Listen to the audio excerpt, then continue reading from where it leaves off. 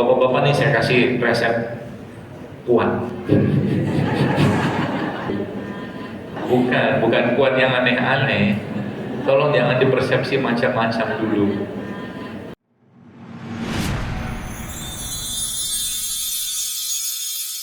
Bismillahirrahmanirrahim. Assalamualaikum warahmatullahi wabarakatuh. Alhamdulillah, segala puji bagi Allah yang tentunya kembalinya kita hidup di bumi Allah ini tidak lain tidak bukan karena memang Allah masih berkehendak kita untuk hadir kembali di sini. Bahkan hari ini pun, di detik ini pun semua sudah tertulis 50.000 tahun yang lalu bahwa kita akan hadir di sini. Maka kata yang kita ucapkan di pagi hari ketika kita bangun, ya, yang menjadi sebuah semangat bahwa kita akan bertemu dengan Allah, alhamdulillahillazi ahyana ba'da amatana wa ilaihin nusyur, adalah sebuah kalimat motivasi yang sangat luar biasa. Kenapa jadi motivasi? Karena kalau kita sudah dijanjikan untuk bertemu dengan sesuatu yang kita cintai, kita pasti bahagia. Maka bab motivasi itu sebenarnya Bapak Ibu sekalian, jamaah sekalian, bagi seorang muslim itu sudah bukan menjadi bab yang perlu dibahas aslinya. Kenapa? Karena tiap hari hidup kita itu dimotivasi gitu. Bahkan kita seringkali justru malah diingatkan atau mungkin dipanggil Allah. Contohnya begini, ketika ada orang yang anaknya atau dia mau wisuda, terus senengnya minta ampun kan, atau mungkin dia dapat penghargaan atau dapat gaji atau apalah, dia udah senengnya minta ampun. Tapi justru malah kebahagiaan atau kesenangan itu tidak kita rasakan dalam bentuk amalan atau syariat yang Allah sudah berikan pada kita. Contoh, kadang-kadang mungkin ada yang terlintas atau dalam lisan dia mengatakan, ya zuhur sudah datang, ya asar, ya maghrib, ya isya, ya subuh. Lagi asik-asik tidur, ya subuh, gitu lah. Itulah menunjukkan kadar imannya kita, Bu sekalian. Kadar iman bahwa kita belum merasakan kenikmatan dalam urusan ibadah yang Allah tetapkan untuk kita. Jadi kalau kita mau menilai diri kita seperti apa imannya kita itu, maka sesungguhnya di mana kita meletakkan atau rasa, saya sebutnya rasa, karena manusia kita ini adalah makhluk rasa, gitu. Semua itu pakai rasa, ya, terutama syariat pun pakai rasa. Anda sholat tanpa rasa nggak ada nikmatnya. Kita puasa tanpa rasa nggak ada nikmatnya. Kita sedekah tanpa rasa nggak ada nikmatnya, nggak ada bumbunya. Cuman bahasanya mungkin kita akan mendapatkan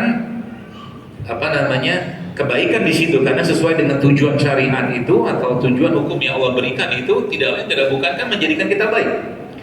Secara tujuan syariat Allah sudah Nabi Muhammad SAW sudah jelaskan bahwa yang diinginkan Allah dari kita itu dari apa yang Allah tetapkan itu hanya dua. Kalau secara umum nanti penjelasan panjang lebarnya banyak bertanya sama ahlinya lah.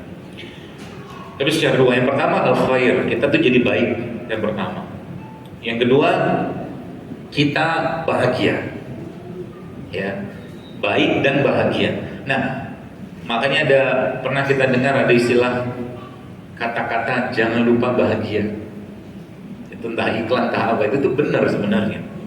Karena kebahagiaan itu zaman sekarang itu seperti dicari orang di sana kemari, padahal justru malah sudah Allah titipkan, sudah Allah bekali kebahagiaan tersebut Bapak sekalian di dalam diri kita berupa kenikmatan hubungan kita dengan Allah Azza wa Jalla. Ya, dalam bentuk apa? Syariat. Maka tilawah dengan rasa, sholat dengan rasa, kemudian apalagi sedekah dengan rasa, puasa dengan rasa, zakat dengan rasa, haji dengan rasa, umroh dengan rasa, itu memberikan nikmat yang lebih luar biasa kita rasakan kalau itu kita katakan sebagai bumbu gitu ya. Makan daging kalau nggak ada bumbu kan nggak enak. Makan telur nggak dikasih kadang garam atau mungkin lada putih atau apa, nggak ada seru gitu loh. Kita dapat manfaatnya, cuman nggak ada serunya gitu. Nah, itu sebabnya Allah menambahkan atau mungkin Rasulullah mengajarkan kepada kita, kalau saya mengatakan itu dia bukan bumbu sih ya, tapi sesuatu yang menambah rasa yang luar biasa dalam diri kita kalau kita mengerjakan itu poinnya. Makanya kalau Anda pernah baca buku Atomic Habits, ya. Atomic Habits ini pengarangnya seorang penulis lah seingat saya di Amerika gitu. Dia menjelaskan tentang kebiasaan-kebiasaan yang bisa mengubah diri seseorang. Dia kata ya hanya sekedar mungkin dengan memperbaiki posisi sendal Anda ketika masuk rumah itu bisa memperbaiki kehidupan Anda perlahan-lahan, dia bilang. Hal sederhana. Terus saya coba lihat bagaimana kebiasaan Nabi kita alaihi salatu wassalam. Nabi kita tuh dari bangun pagi, dari bangunnya sampai mau tidur lagi penuh dengan kebiasaan. Mau bangun tidur ada caranya, ya. Setelah tidur ada caranya, ya. Setelah Nabi SAW itu kan bangun tidur, beliau kan langsung berdiri, duduk dulu kan. Semua ada caranya. Terus apa yang dikerjakan setelah tidur ada caranya, semua ada caranya, ya. Kalau mungkin bahasa kita ya sunnah-sunnah Nabi kita alaihi salatu wassalam, ya. Maka Bapak sekalian, kalau itu kita kerjakan saja dengan mengikuti bagaimana Nabi menyampaikan dan mengajarkan, itu efeknya akan sangat luar biasa. Apalagi cuman urusan kesehatan, simple banget. Anda ikutin bagaimana saya kemarin dapat video lah disampaikan sebuah video yang menjelaskan ada seorang yang sangat sehat, ya, sangat sehat. Dia nggak ngapa-ngapain, dia nge-gym segala macam, enggak, dia tiap hari dia jogging-jogging, jalan segala macam, ya. Badannya kebentuk luar biasa, ya. Cuma dia bilang apa? Dia cuma jaga makan, nggak makan gorengan. Itu doang, iya kan? Nah kan baru saya ngomong gorengan sudah riuh rendahnya muncul. Baru ngomong gorengan, dia belum ngomong nasi goreng, belum ngomong apa cilok, cireng, seblak, apalah itu kan belum, ya. Makanya biasanya kalau saya begini tuh, kalau mungkin dalam majelis-majelis seperti ini yang saya menyampaikan tentang ya kaidah-kaidah kesehatan secara sederhana, saya bilang kalau mau sehat, saya bilang mau nggak sehat, mau gitu kan, jawabannya mau di situ di masjidnya, ya. Tapi nanti pertanyaannya kita lihat siapa yang bertahan, gitu. Anda mau sehat? Buat apa? Saya tanya dulu kan, buat apa? Kalau why-nya dapat, seru. Anda akan melakukan itu dengan rasa dan cinta. Nah, itu kan keren. Rasa dan cinta, ada perasaan di situ, ya. Mau nih beneran? Tapi ada syarat. Kan syarat ketentuan berlaku, Anda harus lawan. Lawan apa? Lawan setan dan iblis yang memang nguntilin kita, ngintitin kita, buntutin kita dalam urusan makan dan minuman. Loh kok saya bisa ngomong begitu, kata-katanya gitu kan? Ya bisa lah, orang jelas-jelas dalam Al-Quran Allah sudah bilang wa kulu mimma fil ardi halalan thayyiban, kan gitu, ayatnya sudah tahu. Tapi terusannya kalau bahasanya itu namanya munasabah, bukan muhasabah ya, munasabah.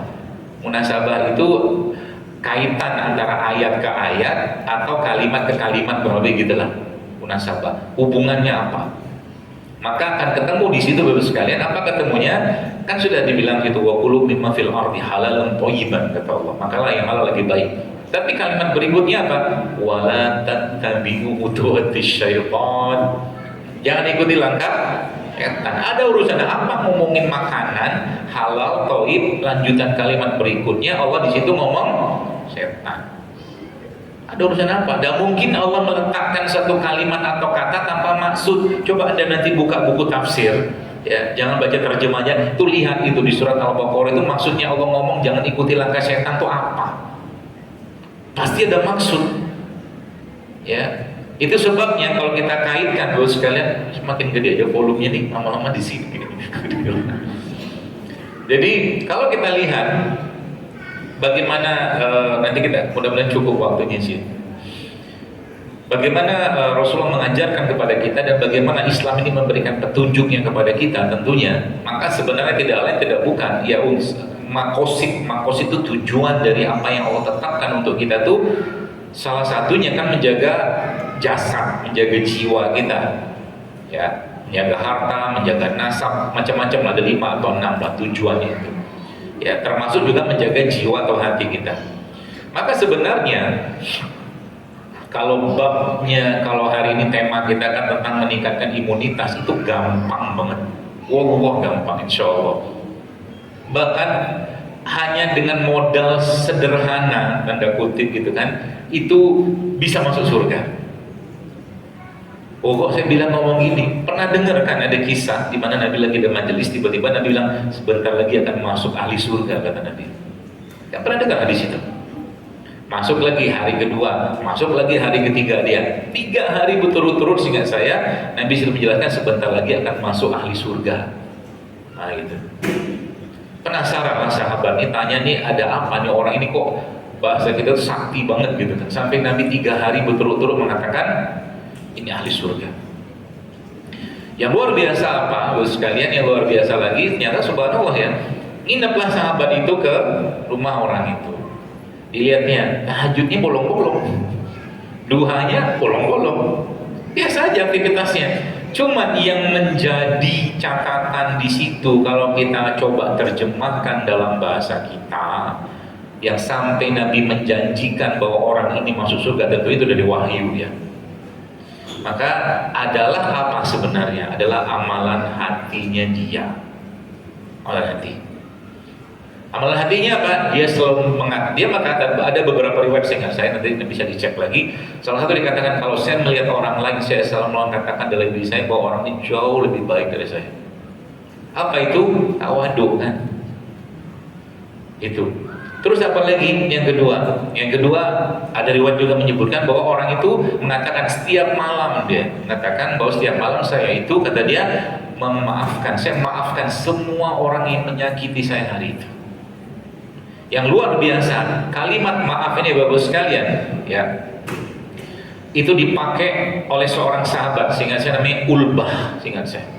Waktu perang Tabuk, karena perang Tabuk ini perang yang sangat membutuhkan sarana dan prasarana yang sangat sempurna, katakanlah begitu. Kata Nabi, siapa yang punya kendaraan ikut, karena kendaraan terbatas, ontak udah terbatas. Setelah akhirnya seorang sahabat itu nangis, dia mengatakan, ya Rasul, aku nggak punya apa-apa, dia bilang, tapi aku pengen ikut perang Tabuk. Ya, nah ini yang benar. Akhirnya dia malamnya nangis. Jadi nangisnya bos sekalian bukan nangis karena urusan dunia, nangisnya nggak bisa ikut perang. Ini nangis yang benar. Maka tinggal kita nilai sekarang, kalau kita nangis urusan apa? Jilbab hilang, nangis. Jilbab nggak cocok sama baju bawah, nangis. Kan receh banget nangisnya. Mobil hilang, nangis. Ya, boleh nggak nangis? Boleh, nggak dilarang. Cuma nangisnya naik level lah sedikit gitu loh. Naik level. Saya tuh satu hari kan mobil udah banyak baret sana sini kan. Gila, saya pergi cek. Saya catah mobil itu, cek semuanya, saya bilang gitu kan. Udah cantik lah dia kan, masya Allah bagus, kinclong lah bla bla bla gitu. Lewatlah di tol. Tiba-tiba ada mobil, ya. Itu baru sebulan, habis dicek, ya, karena ada yang belakang tenyok, mobil pick up pula, mobil pick up. Ya sudahlah, saya bilang, saya turun, Bapak pergi saja sebelum saya berubah pikiran. Mau diapain? Mau minta dia ganti? Dia ada duit dia. Kan supir biasa lah, maksudnya bukan kita melecehkan, bukan, tapi ya ganti ya begini, butuh gaji berapa bulan gitu lah. Sudah Bapak pergi aja, jangan lama-lama di sini saja. Penyok kita hampir setahun, akhirnya saya malas, saya benerin gitu kan. Udahlah biarnya penyok-penyokan. Akhirnya setelah 2 tahun lebih baru saya ituin lagi, ternyata tetap aja. Ya sudah, mau diapain? Nah, jadi ini pelajaran pentingnya bos sekalian. Jadi kalau Anda mau kuat imannya Anda, kan iman lu bab kita nih, maka jagalah amalan hati. Apa tuh amalan hati? Ikhlas, sabar, tawadu, memaafkan. Itulah amalan hati itu. Minta sama Allah untuk memasukkan itu dalam hati kita. Itu yang pertama. Maka iman akan kokoh, ya. Karena memang pada dasarnya yang Allah lihat itu sudah jelas dalam sebuah hadis Allah katakan, Nabi katakan begini, Innallaha la yanzuru ila suwarikum. Allah nggak lihat rupa kalian, kata Nabi SAW. Terus apa lagi? Dan Allah tidak lihat harta, apalagi harta, rupa yang nggak dilihat sama Allah. Walakin yanzuru, kata Allah, walakin yanzuru ila qulubikum, hati. Ya. Makanya kisah sahabat itu baru sekalian menariknya. Ya. Apa kata dia waktu yang tadi perang Tabuk ini? Dia mengatakan begini, ya akhirnya mampu menangis luar biasa karena nggak dapat kendaraan untuk ikut perang. Ceritanya begitu. Terus akhirnya dia katakan nih, duit nggak ada, peralatan nggak ada. Akhirnya dia bilang apa malam itu? Dia dalam doa disampaikan pada Allah, dia katakan, ya Allah, aku maafkan, kata dia, semua orang yang pernah menyakitiku, kata dia, dan aku jadikan itu sebagai sedekahku untuk bisa berperang esok hari. Ya, semangatnya mereka. Terus lucunya, bukan lucunya, serunya. Besok pagi Nabi SAW sudah kumpul semua. Nabi katakan, siapa yang bersedekah tadi malam, kata Nabi. Ya, siapa? Si Ulbah tadi bingung. Dia kan nggak ngomong sedekah bahasa sedekah fisik gitu kan, dia ngomong. Ya. Tapi dia akhirnya Nabi tanya berulang-ulang, baru dia mulai paham. Oh itu kayaknya aku tuh, kata dia. Akhirnya dia bilang, saya ya Rasulullah. Kata Nabi SAW apa? Allah terima sedekahmu, kau bisa ikut perang Tabuk. Masya Allah kan. Ini ya poinnya. Saya punya guru itu sekalian. Beliau ini, Masya Allah, Allah kasih ilmu yang luar biasa pada beliau. Kalau beliau mendapatkan orang-orang yang kena penyakit berat seperti kanker, tumor segala macam, dan pernah saya lihat sekali kondisi badan orang yang kena itu, subhanallah itu. Saya tidak mau mengobati bapak kalau bapak tidak maafkan orang yang bapak dendami ini, karena percuma, dia bilang. Disclaimer awalnya begitu. Kenapa? Bab tentang masalah sebulan mungkin toksin hati ini luar biasa loh. Toksin, racun. Ya, dan itu yang melemahkan imun kita sebenarnya. Apa itu? Banyak. Nabi sudah jelaskan, maka ada banyak buku yang menjelaskan tentang itu. Contoh mungkin salah satu kitab yang dikarang oleh Ibnu Qayyim al-Jauziyah itu namanya Tibbul Qulub. Buku itu menjelaskan tentang ngobatin hati itu kayak apa. Ya, sombong itu kan penyakit. Didefinisikan sama Nabi SAW. Apa itu sombong? Menolak kebenaran dan meremehkan orang itu sombong. Supaya nanti hilang persepsi, nanti kalau ada orang pakai baju bagus, mobil bagus, itu masuk sombong kan? Tidak masuk di bab itu. Kecuali dia memakai itu untuk urusan yang lain yang sifatnya dosa sendiri. Contoh mungkin itu ujub dan sum'ah, katakanlah, itu lain cerita. Maka toksin hati ini bagusnya saya katakan, wallah, itu jauh lebih berat daripada toksin makanan. Lebih berat. Kenapa?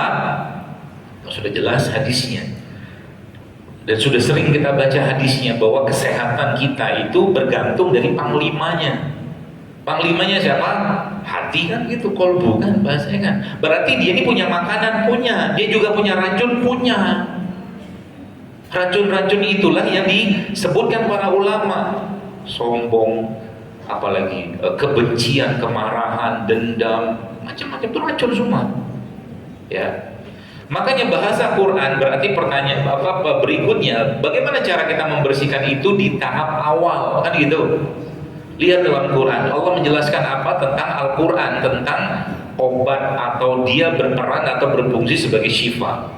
Karena kalau katakan bahwa Al-Quran itu adalah syifa, di mana dia syifa buat apa? Fis sudur, dalam hati. Ya, maka ketika Anda membaca Quran, sekalian, ketika Anda mentilawah Quran atau mentadaburi Quran atau mungkin baca kitab terjemah segala macam, maka saran saya berdoalah dulu kepada Allah ketika kita membaca Quran tersebut, ada satu ayatnya, satu hurufnya, satu kalimatnya atau satu surat itu yang bisa membersihkan hati kita. Umar bin Khattab radhiyallahu anhu kita tahu beliau tersentuh dengan Quran itu ketika mendengar surat Toha. Ma anzalna alaikal qur'ana litashqa. Karena itu makanya lagi baca Quran itu pelan-pelan.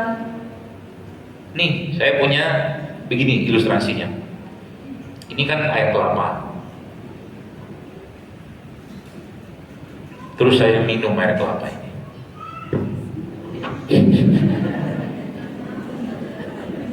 Pura-puranya lah saya minum.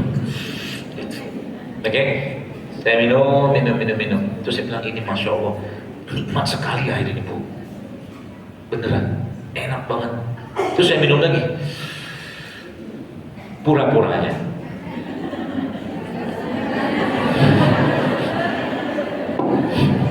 Ya, kita coba aja. Bapak-bapak nih saya kasih resep kuat. Bukan kuat yang aneh-aneh. Tolong jangan dipersepsi macam-macam dulu.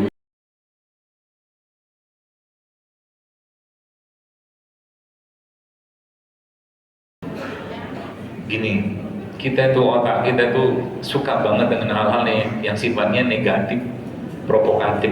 Tak percaya? Baik. Saya akan ajak sebentar 1 menit dulu kita bahas kelapa. Saya ngomong sontoloyo. Marah nggak? Marah lah. Padahal sekarang buka, coba lihat handphone, buka handphone, arti kata sontoloyo apa? Coba buka. Coba lihat arti kata sontoloyo, coba. Apa bu? Berkaitan dengan menggembalakan itik. Nah, kenapa Anda marah? Kenapa marah? Itu namanya reaktif. Penyakit orang modern ini tinggal tunggu nih pemilu bentar lagi kan. Kira-kira penyakit hati yang banyak apa nanti? Curiga, benci, marah, itu. Maka lihat nanti bangsal atau di rumah sakit yang paling banyak masuk penyakitnya, mereka lihat aja nanti. Karena kan bahasa sejarah berulang itu juga dalam urusan kesehatan. Kanker itu apakah zaman sekarang doang ada? Zaman dulu sudah ada kanker. Coba aja baca. Diabetes sudah ada juga. Lawang kita itu dari zaman dulu gini-gini aja penyakitnya. Masih juga gitu-gitu doang. Ya, nggak mau berubah gitu. Ya, saya sempat terkecoh juga karena saya nggak tahu bahasa Sontoloyo. Karena satu hari saya pergi di suatu hotel ada acara. Dia bikin namanya Cafe Sontoloyo. Hai, sebentar. Saya nggak curiga macam-macam nih. Otak mikir saya jalan dulu. Saya bilang ini bentar, ini orang berani nulis nama kayak begini, pasti ada sesuatu. Saya belum, tapi saya masih 50-50. Saya cari tahu dulu nih ceritanya apa. Itu pola berpikir yang harusnya kita atur ke pikiran kita supaya nggak reaktif gitu loh. Baru saya tahu juga ternyata Jadi kenapa muncul aja istilah Sontoloyo itu sekalian? Karena dulu itik-itiknya itu susah diatur. Akhirnya orang-orang yang lihat itik bebek itu kesana kemari, dasar Sontoloyo, dia benar lah. Begitu. Jadi kalau hidup kita tuh reaktif, itu penyakit. Kalau bahasa sekarang apa? Baperan. Tanda orang baperan apa? Mudah sekali dia left groove. Diomongin dikit left groove, ngomongin left groove. Penyakit nggak itu? Penyakit. Ngapain dipelihara? Bahagia nggak orang kayak begitu? Nggak bahagia. Kira-kira kalau dia sholat dia dapat nggak? Dia khairnya pasti dapat. Tapi bahagia? Oh belum tentu. Makanya jangan lupa bahagia. Masih. Ya, jangan lupa bahagia. Ini nih, bapak-bapak tadi saya bilang ini nih resep buat obat kuat. Kuat itu maksudnya kalau Anda lagi lemes, capek, lagi nggak ada apalagi kerjaan banyak gitu loh ya, itu obat kuat. Karena obat kuat ini identiknya sesuai gitu-gitu aja obat kuat gitu kan. Ini air kelapa, Anda kasih madu. Ya, setelah Anda kasih madu, nah, sang istrinya siapkan telur ayam kampung. Ya, kenapa ayam kampung? Panjang ceritanya. Pokoknya ikutin saja kata saya. Nanti kalau nggak banyak tanya nanti, ya. Pokoknya jangan telur ayam kampungnya diapain? Anda mau rebus boleh, mau setengah matang boleh, mau nggak matang nggak apa-apa. Ya, pokoknya makan telur. Ya sekitar 2 lah.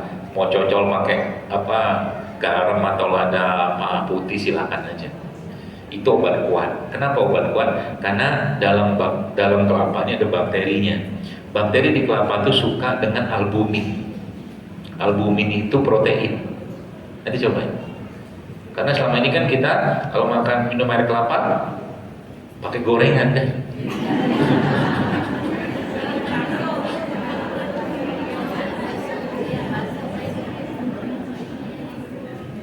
Ya gitu. Itu ilmunya kayak begitu. Ya, apalagi Anda tambahkan sedikit ya jeruk nipis sedikit, kasih garam sedikit, terus Anda makan kurma, itu obat kuat. Kalau lagi lemes, badan gak ada tenaga, minum tuh. Air kelapa penuh dengan mineral, ya asam amino semua, tambahkan madu, ya tambahkan yang segala tadi sampaikan tadi itu efeknya akan sangat luar biasa. Baik, yang saya mau cerita itu bukan air kelapanya, saya minum air kelapa. Wah enak banget. Kan gitu. Kenapa saya bisa kalau saya minum air kelapa begini dan saya tahu manfaatnya, khasiatnya, saya kira-kira kalau saya minum lambat, lama-lama, dilama-lamain atau dicepet-cepetin? Lama-lamain kan? Kenapa? Nah, nikmat kan sudah selesai kan? Ada nikmat. Nah itu Anda Anda tarik kata nikmat itu, minta itu dipindahkan ke semua amalan kita. Paham? Sehingga nanti Anda baca Quran bukan bertanya dalam hati kapan halaman terakhir juz ini saya baca. Ya kan? Kalau baca sejuz hari kan mikir gitu kan? 1 juz rata-rata 20-an halaman atau 10 lembaran. Ini halaman terakhir kapan? Itu Anda tidak akan merasakan kenikmatan di sana.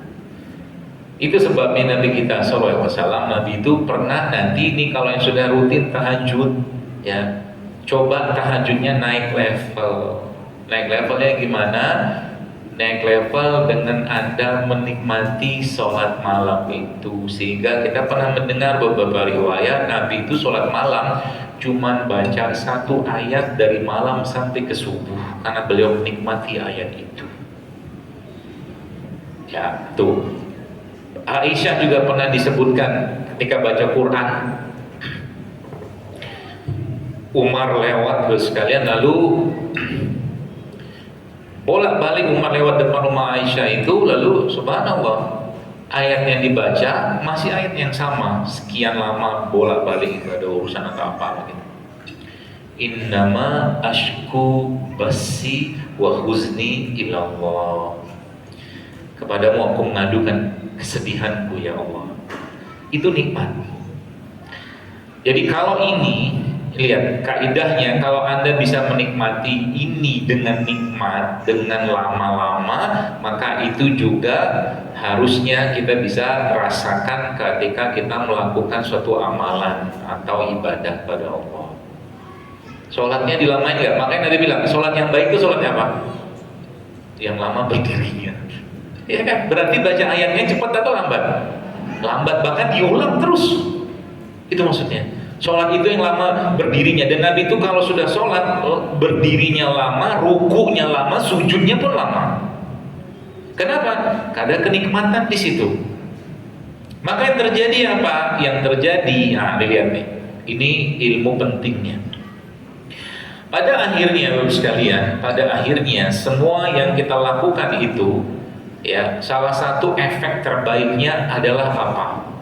Adalah membersihkan hati. Kan penyakitnya di situ tuh.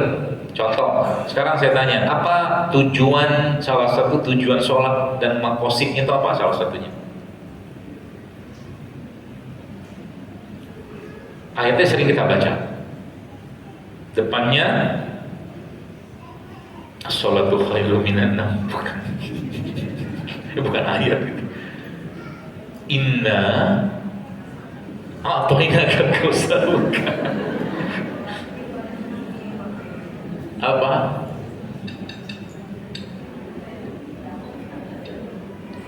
Kalau benar dapat hadiah. Inna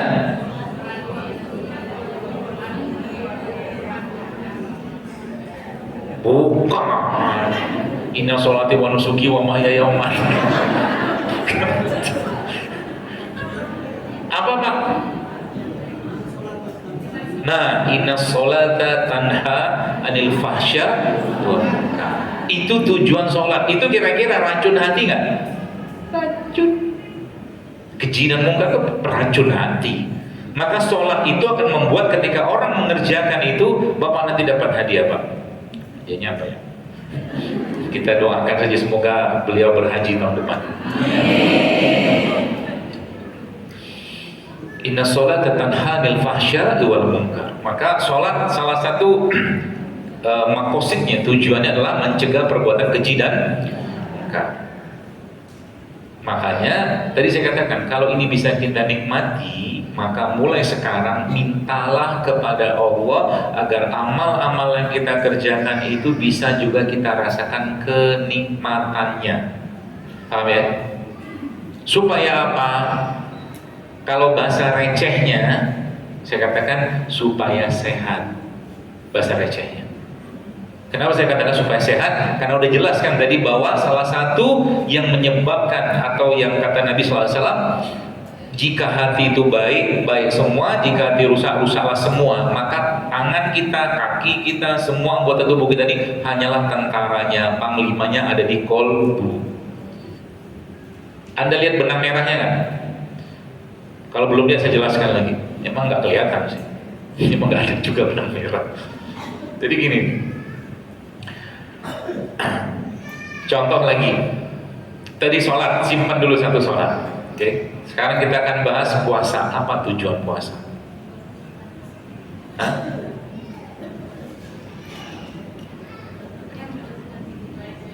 Apa? Supaya sehat? Itu level paling bawah itu. Apa Pak? La'allakum tattaqun.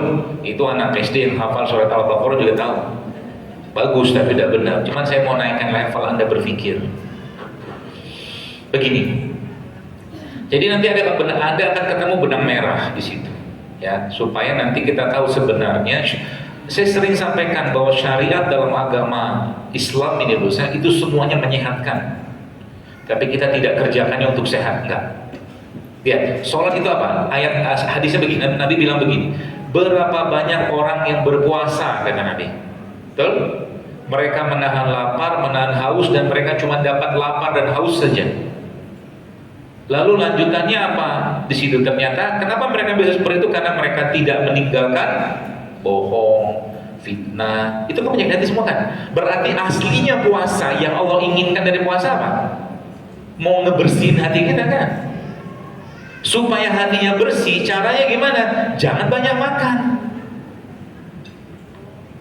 Makanya Ibnu Qayyim al-Jauziyah rahimahullah mengatakan bahwa salah satu penyebab dari 5 penyebab lemahnya iman seseorang adalah banyak makan. Yang pertama. Yang kedua apa? Banyak ngomong. Yang tidak penting. Apa aja diomongin, semua dikomentari. Itu yang kedua, bergaul dengan orang yang tidak tepat juga bisa melemahkan iman. Sampai Nabi mengatakan apa? Imanmu tergantung dengan siapa engkau bergaul. Maka mulai sekarang pilih-pilih teman. Jangan berteman dengan orang yang menyebabkan iman Anda makin turun, ilmu Anda tidak bertambah.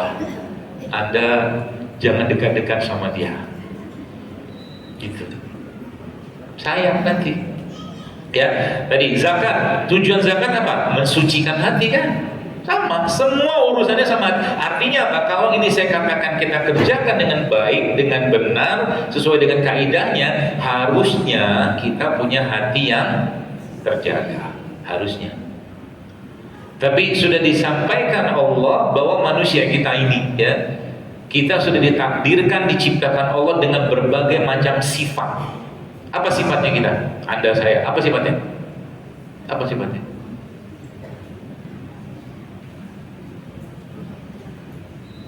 Males gak ada dalam Al-Quran. Kalau saya sebutin, Anda pasti ingat ayat ini. Atau kalau nggak ingat, ya tahu sekarang lah. Innal insana khuliqa halwa. Apa itu? Berkeluh kesah. Ya kan? Hobi nggak? Hobi dong. Apalagi hobinya kita? Innal insana zoluman jahula. Apa itu zoluman? Zoluman itu dia apa, bentuk jamak, zolim. Jahula itu apa? Jahil. Itu sifat kita. Maka Nabi kita alaihissalam menjelaskan kepada kita, bos, karena kita juga pernah dengar hadis ini. Aisyah radhiyallahu anha mengatakan begini. Beliau begini. Nabi itu akhlaknya adalah apa? Quran. Sekarang saya tanya, kalau bisa jawab, saya kasih hadiah benar. Bawa duit kan? Bawa duit saya. Kemarin saya kasih duit beneran. Keren nih kalau Anda bisa tahu. Ya, kalau bisa tahu dua, akhlaknya yang disampaikan Aisyah itu yang kita ambil dari Al-Quran, nomor satunya apa, nomor duanya apa, saya kasih uang 500.000. Kalau tahu. Tapi saya berhusnuzon, Anda belum tahu.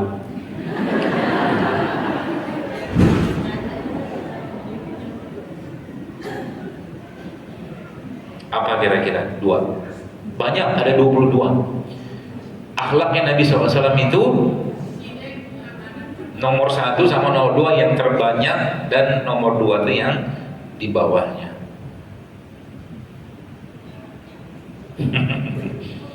Kameramen saya bilang dia tahu. Anda mau tanya dia nggak? Nomor satunya apa, nomor 2-nya apa? Karena ada urutannya. Paling banyak akhlak yang disebutkan dalam Al-Quran itu apa? Nomor 1 itu ada 355 kali disebutkan dalam Al-Quran.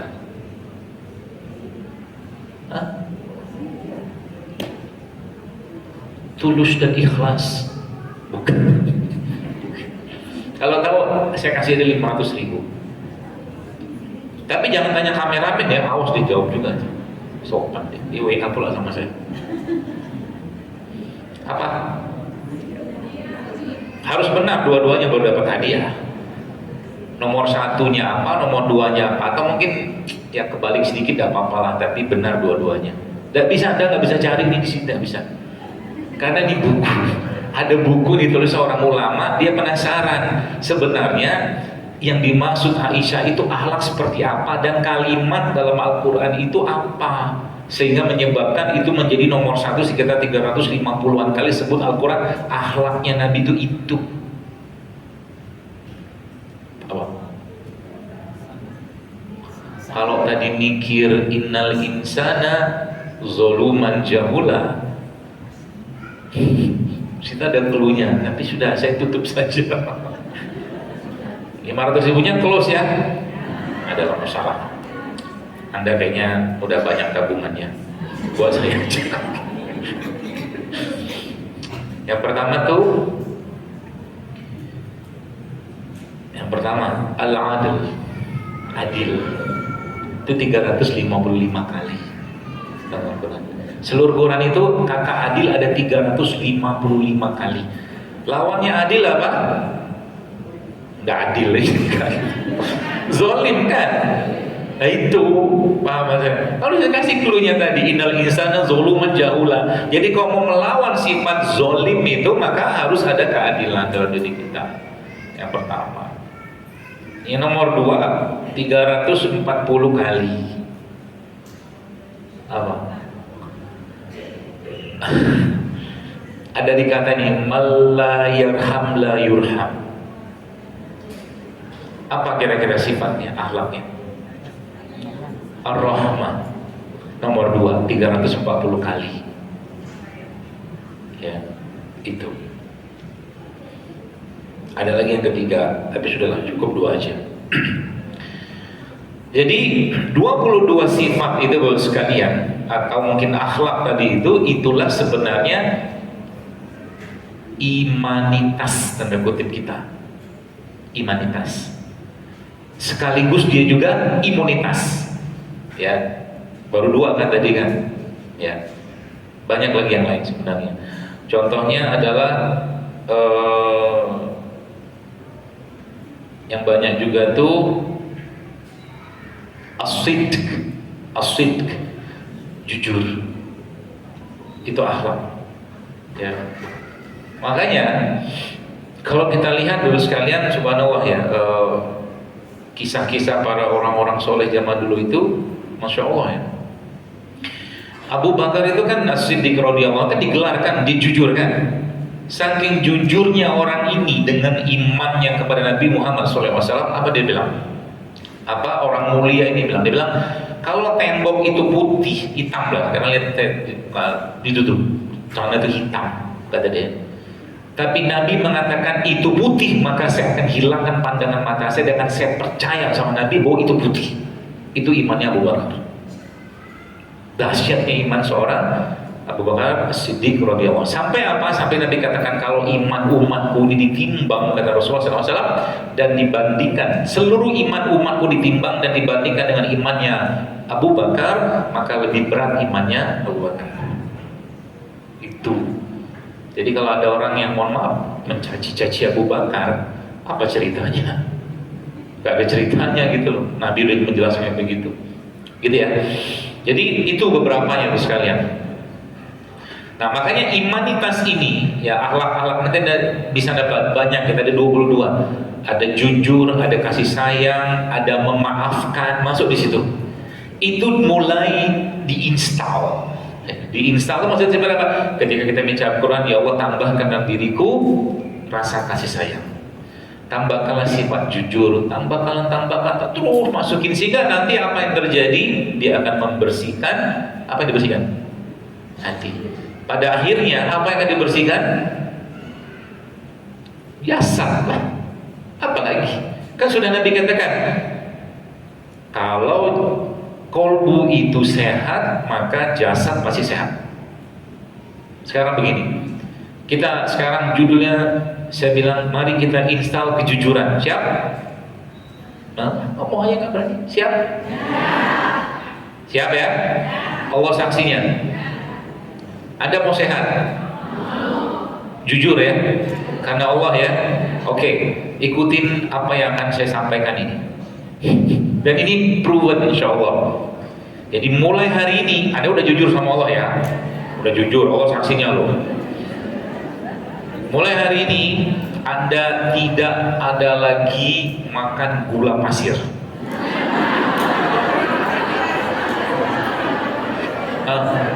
Macam mana? Oke.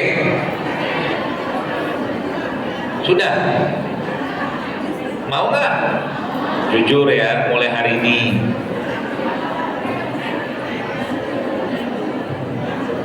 Jadi kalau Anda mau share, jangan ada gula pasir. Oke? Jangan pakai kapi-kapi. Kalau pakai kapi saya tidak lanjutkan. Contoh tuh. Nanti kalau saya bikin sambal gimana? Kan gitu kan? Kan pakai gula pasir, pakai kurma bisa bikin sambal. Beneran? Belum pernah nyoba sudah. Sudah saya ajarin caranya sambal kurma. Cabai rawit, bawang putih, garam sama kurma udah enak. Beneran? Ya, akhir otak kita kan mikir. Ya, makanya judul mikir-mikir ini belum selesai, baru satu, baru saya satu. Makanya saya bilang Quran itu ngajak kita mikir. Kalau saya bilang Fir'aun, Anda pasti ingat raja yang zolim, ya kan? Di zaman siapa? Nabi Musa. Dan Allah menggunakan kata Fir'aun itu Bapak sekalian memang untuk raja. Fir'aun itu kan gelar sebenarnya, namanya kan Ramses apalah gitu-gitu lah. Oke.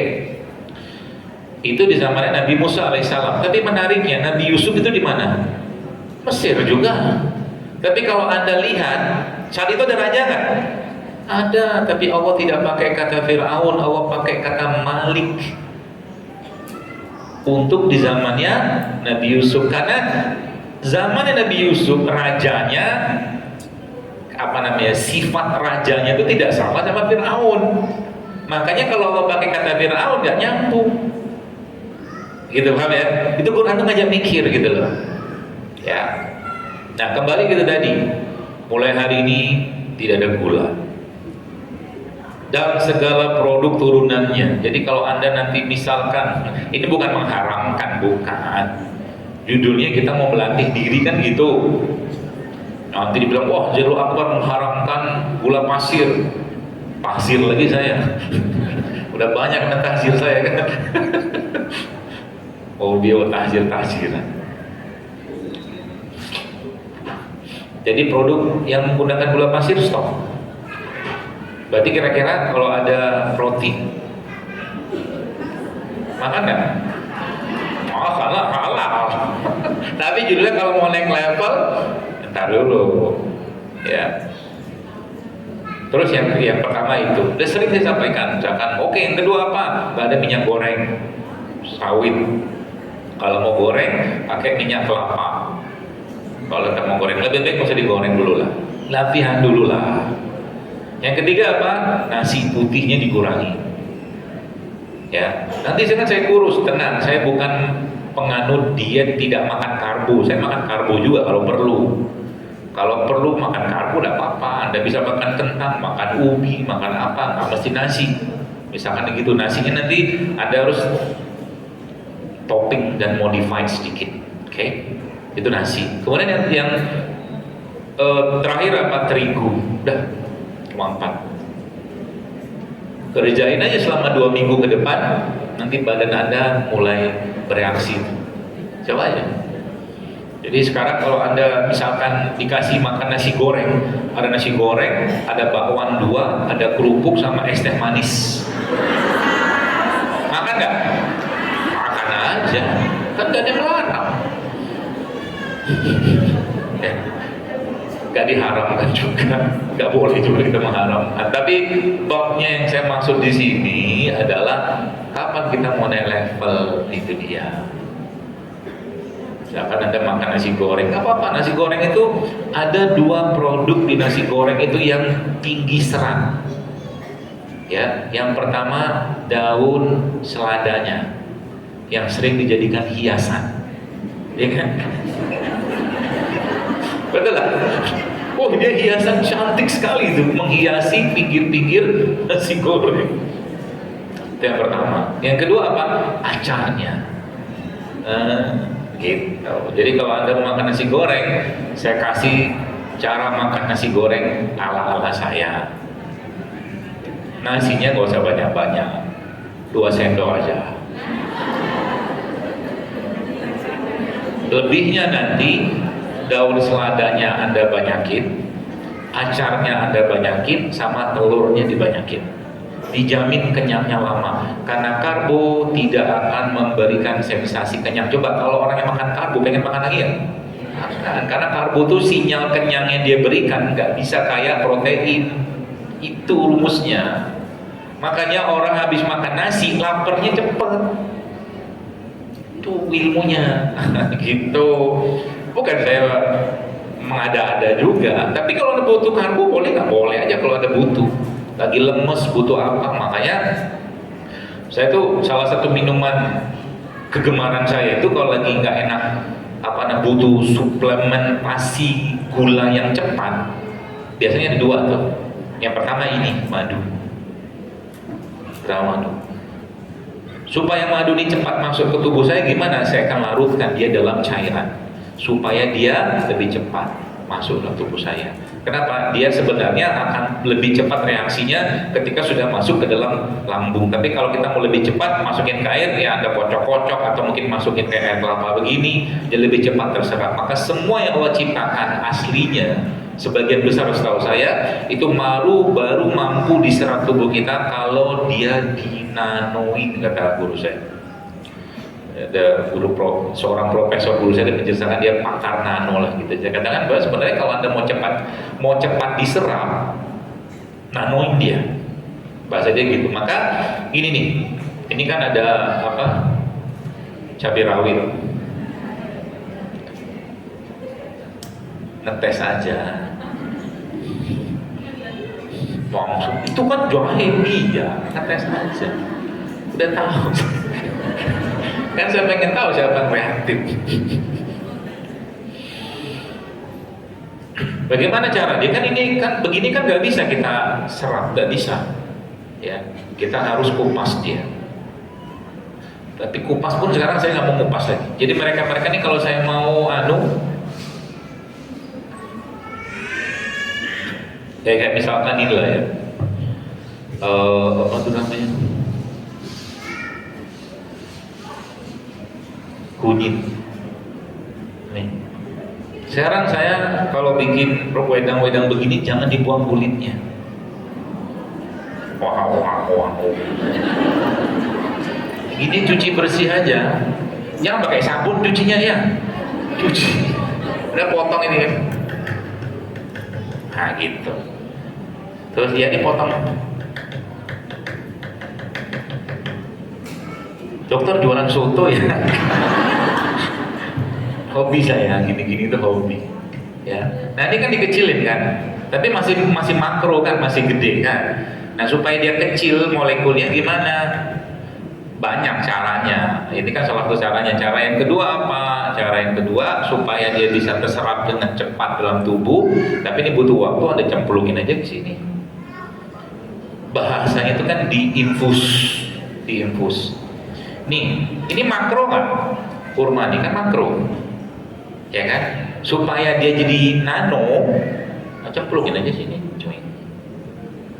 Maka si kurma ini nggak langsung tapi ya, nggak langsung, butuh waktu beberapa jam, apalagi bahannya padat. Rata-rata ya, nanti lihat aja nih rata-rata sejam nanti sudah mulai keluar. Dia punya, jadi kayak begini kan kalau saya mungkin sekarang misal nih saya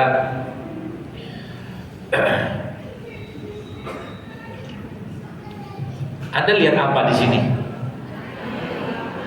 Air, sama apa lagi? Tangan saya. Bukan. Ada kelihatan asam amino nggak? Nggak tahu lah kita. Ada protein nggak? Vitamin mineral nggak kelihatan semua. Allah jadikan mereka ini tak tampak mata kita. Itu bahasa nano itu. Ya.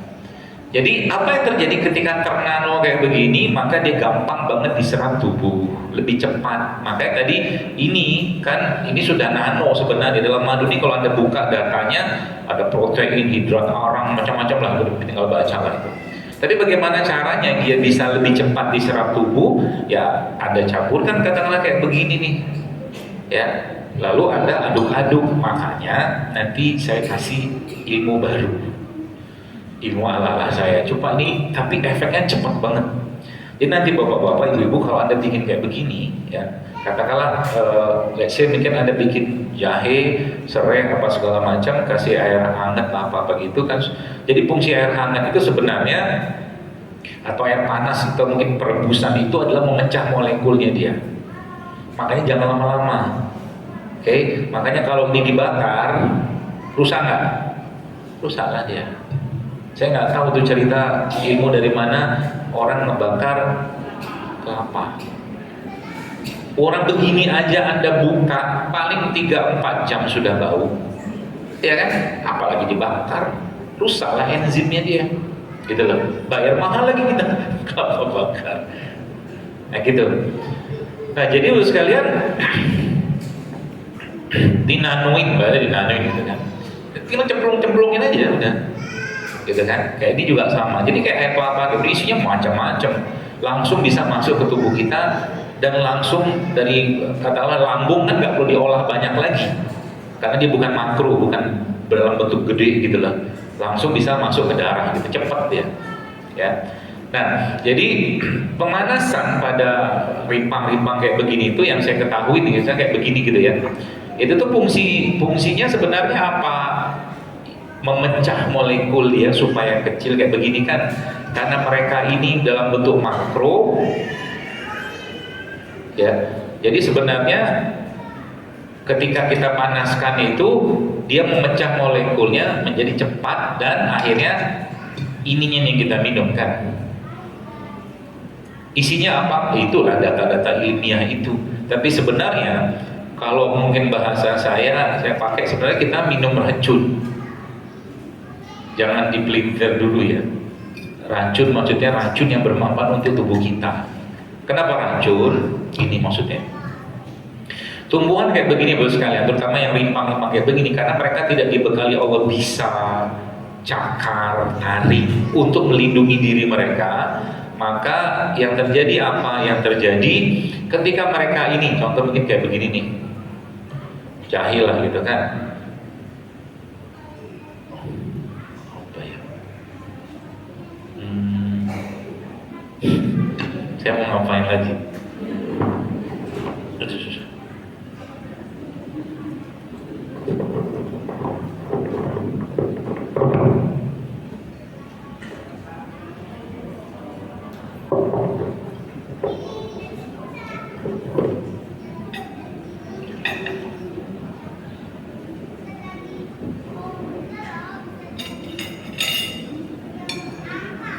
Baunya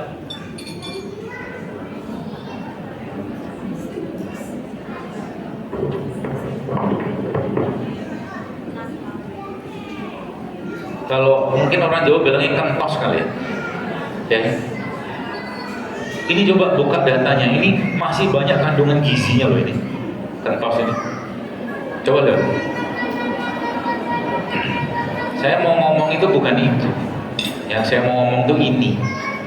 Jadi mereka ini ya, ketika mereka Anda sakiti, ini kan disakiti namanya, kan sakitin,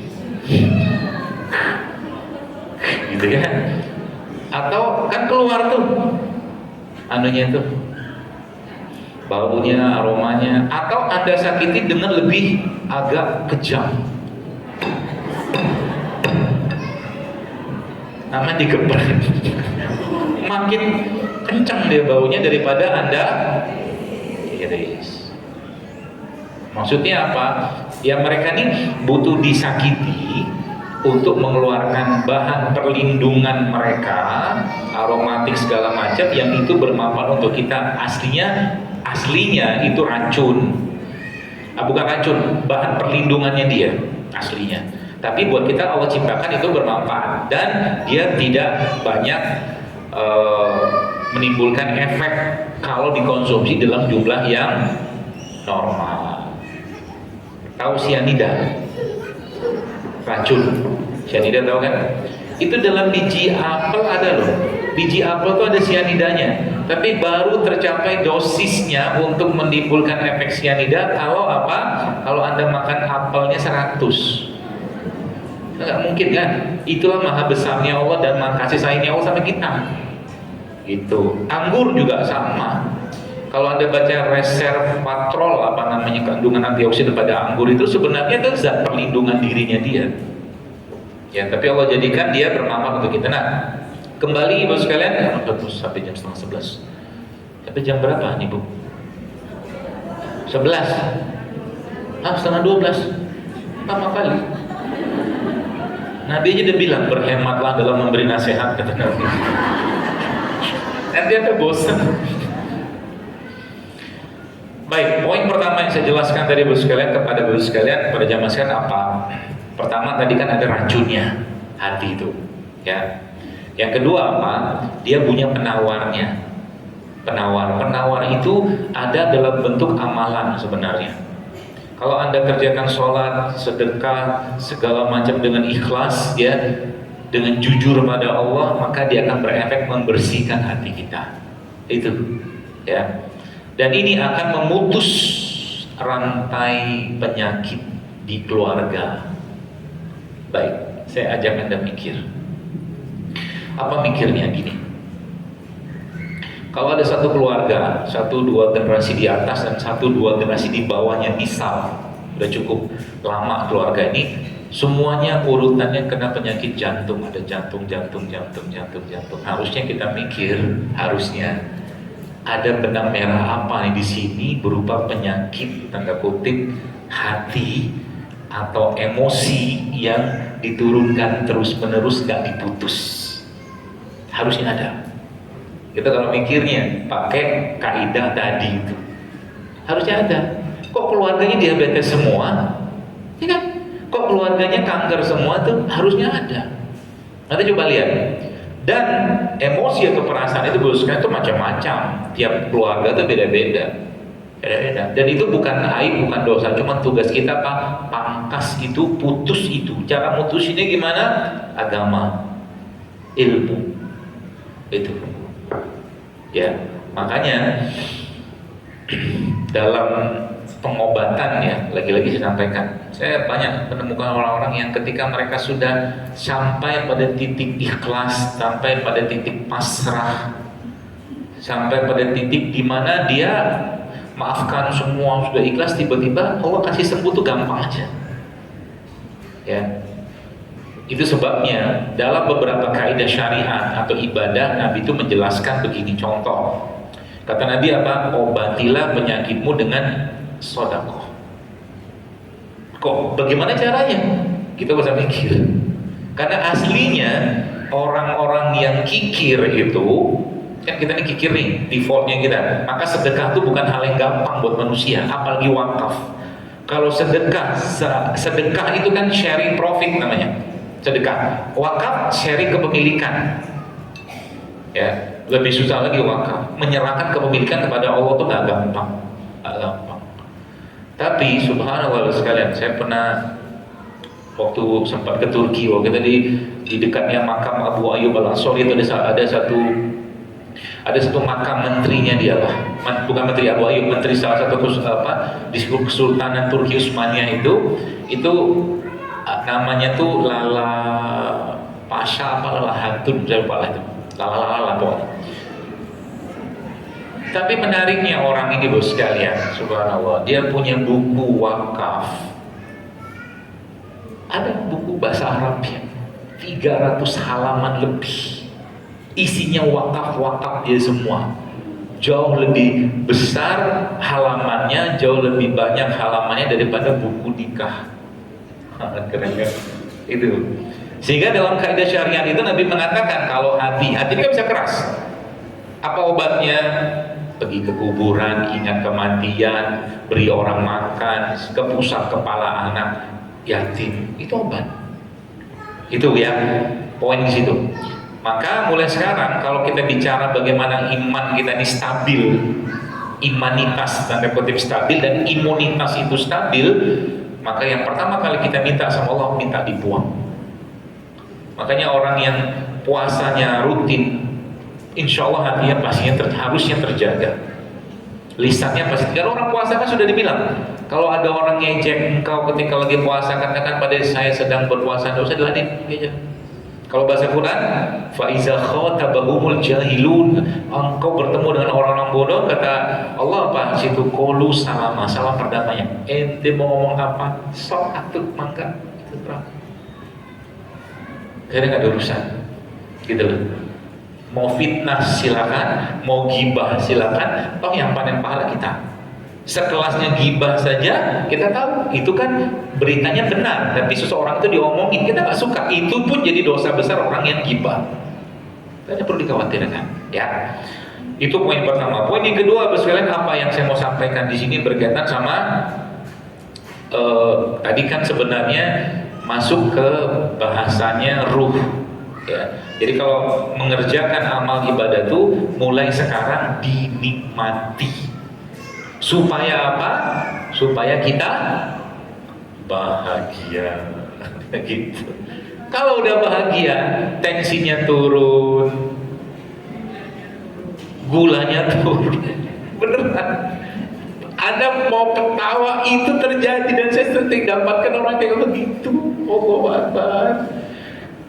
Saya pikir ini kenapa ini tensinya tinggi banget. Ternyata urusannya gara-gara curiga doang. Naik tensinya. Ini belum lagi cerita tentang penyakit yang misalkan kaitannya sama kencing manis ya. Bab kencing manis itu kan bab cinta, penganiayaan cinta, cinta yang tidak terbalas. Ya, makanya hati-hati dengan rasa itu kalau dia tidak ditempatkan pada tempatnya, sekalian bahaya dia. Cinta itu jadi masalah nggak? Oh, tidak masalah kalau tidak seimbang. Nih saya ajarin ilmu cinta. Iya. Baru bisa cinta tuh dinikmati kalau apa? Dia seimbang. Apa yang seimbang antara cemburu sama cintanya? Kalau cintanya berlebihan, cemburunya di bawah nggak bisa. Apalagi cemburunya di atas, cintanya itu di bawah, makin menderita dia. Beneran. Baru bisa nikmatin. Makanya dalam Islam, Nabi sudah katakan cemburu itu tanda cinta. Tapi kalau cemburunya dosisnya kelebihan, yang muncul apa? Kemarahan. Yakin dia. Gitu. Maka cinta itu jadi obat aslinya. Bu, saya melihat Bu sekarang, Masya Allah ya, ada seseorang ya, subhanallah, kanker apa ya? Kanker paru saya. Pokoknya kankernya cukup membuat dia sangat kesakitan. Akhirnya apa? Subhanallah ya, orang ini punya keluarga yang baik sehingga akhirnya ada bagian-bagian yang punya tugas bahkan menghibur dia, bikin guyon untuk dia, dan itu membuat dia akhirnya sangat nyaman. Ya, jadi ada yang anggota keluarga khusus menghibur. Biasanya kan di keluarga kita tuh ada yang hobinya ngebanyol gitu. Itu tuh penting, harus dilestarikan orang-orang kayak begitu. Karena itu akan jadi nutrisi kejiwaan buat seseorang. Beneran.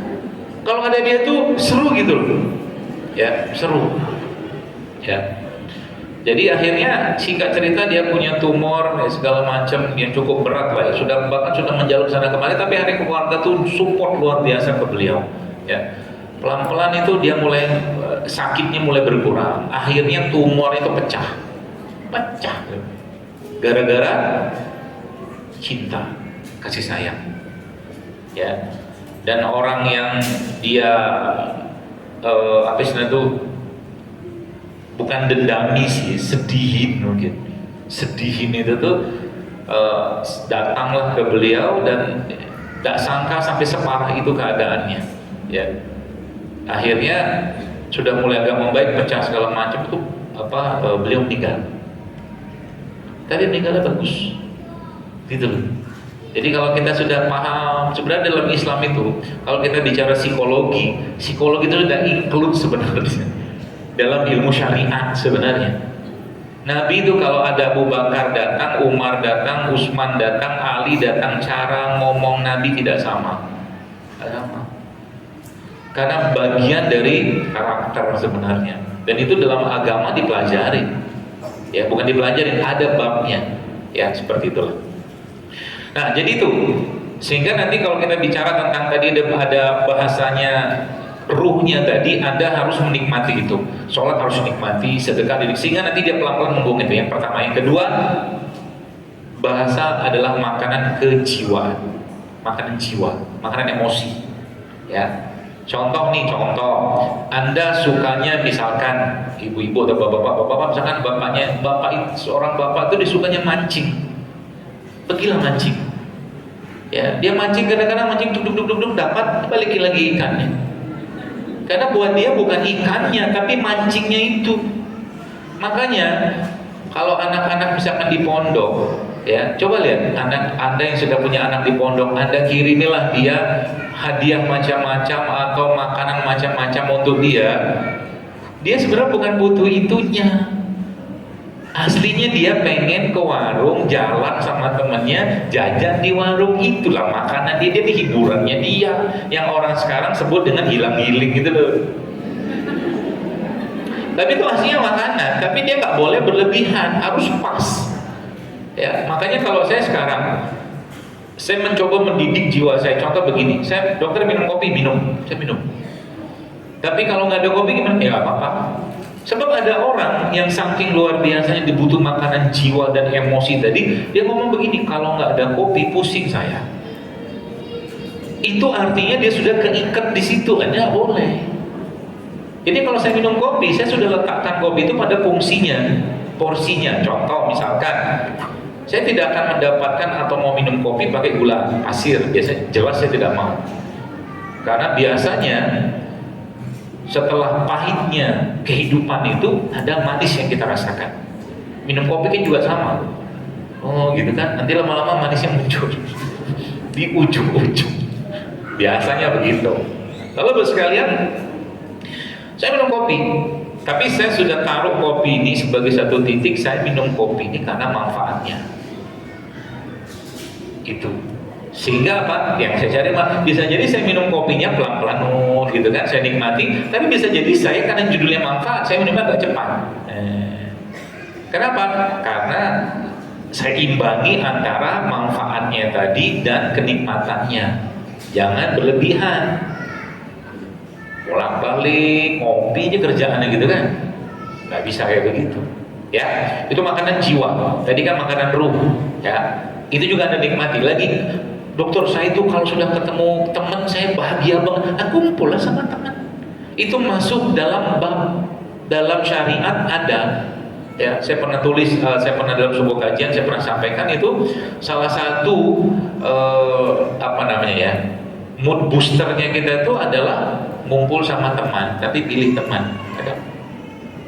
Jadi jangan, kalau memang ada butuh ketemu teman, cari aja teman, ya.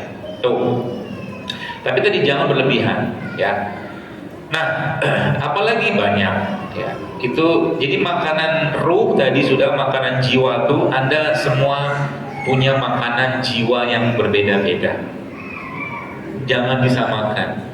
Coba lihat, Anda ngelihat orang yang main catur, ngapain sih? Ya kan? Tapi bagi main catur buat dia makanan, senang dia main catur. Ada yang main bola, atau yang lihat orang main bola, sepak bola itu, udahlah kasih aja bola satu-satu gitu loh, jangan rebutan, misalkan begitu. Bukan itu poinnya. Iya kan? Apain rebutin bola? Dari dulu rebutan bola nggak habis-habis. Ya, gitu loh. Ya. Nah, ada saya semua beda. Nah, mulai sekarang pikirkan apa makanan jiwa Anda, makanan emosi Anda. Dan itu kalau bisa difasilitasi, fasilitasilah. Sepanjang tidak berlebihan dan tidak melanggar syariat, kerjakan. Itu pesan saya. Ya. Ini supaya apa? Supaya nanti apa? Begini Bapak sekalian. Anda akan ketemu anak-anak ya, misalkan Anda punya anak atau kita punya anak, yang anak itu disuruh katakanlah sholat. Lagi dia pengen sesuatu dan belum, jadi dia nggak bisa kontrol emosi dia kan, suruh sholat atau suruh apa segala macam, tapi makanan jiwa dia belum dapat. Akhirnya yang terjadi apa? Yang terjadi dia mengerjakan itu tidak dengan setulus hati. Itu maksudnya. Ya, makanya bab cinta dalam anak itu aslinya, kalau Anda mau dapatkan cinta dari anak, caranya gampang banget. Apa caranya? Jadilah orang terdekatnya dia. Gampang, nanti dia akan cerita semuanya. Jadilah orang terdekatnya dia. Sampai nanti adalah orang yang pertama akan dia sampaikan, Abi, Umi, Papa, Mama, saya pengen nikah. Kalau dia berani ngomong gitu sama Anda, berarti Anda orang tua yang top. Anda orang terdekatnya dia. Atau dia katakan, saya suka dengan cowok itu, saya suka dengan cewek itu, jangan dimarahin. Itu normal. Ya nggak normal kalau anak Anda cowok suka cowok. Kan Bapak cinta. Kadang-kadang orang tua kenapa begitu? Gitu kan? Kenapa kamu udah jatuh cinta ya? Emang cinta dilarang? Nah gitu maksudnya. Saya sama anak saya sampai sampaikan, kamu jangan lama-lama nikahnya. Saya nggak mau. Kalau bisa selesai itu nikah. Nah gitu. Biar apa? Belajar mandiri gitu ya. Oke, itu makanan ruh, makanan jiwa. Terakhir, makanan jasad. Apa dia? Ini makanan jasad.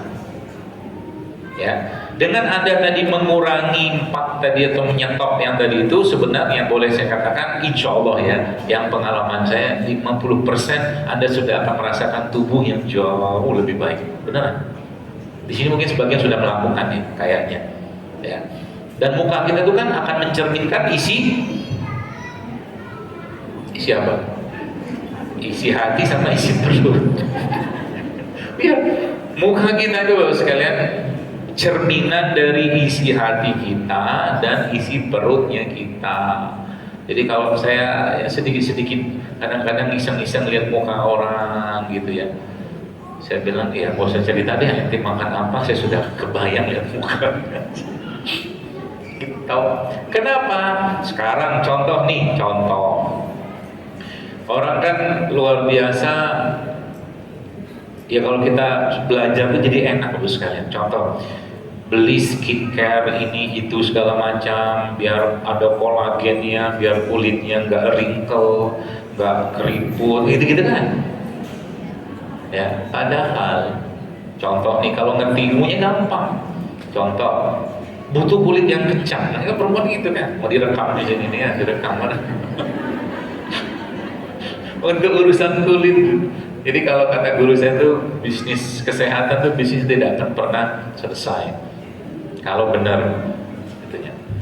Contoh nih kulit keriput, ya, terus apa tuh namanya garis-garis muka, gitu-gitulah saya udah ngerti istilah itu kan. Yang biasa perawatan sekian jam bayar berapa juta gitu. Padahal kalau ngerti kaidahnya sederhana sekali. Anda mau punya suplemen anti-aging paling kuat, maka saran saya apa? Banyakin puasa. Yang pertama, puasa tuh anti-aging paling kuat. Semakin lama Anda memperlama masa Anda tidak makan, semakin kuat growth hormonnya akan dihasilkan oleh tubuh Anda. Saya sudah membuktikan itu setahu saya. Itu yang pertama. Kalau bicara kulit-kulitan ini, supaya kulitnya keep glowing, glowing,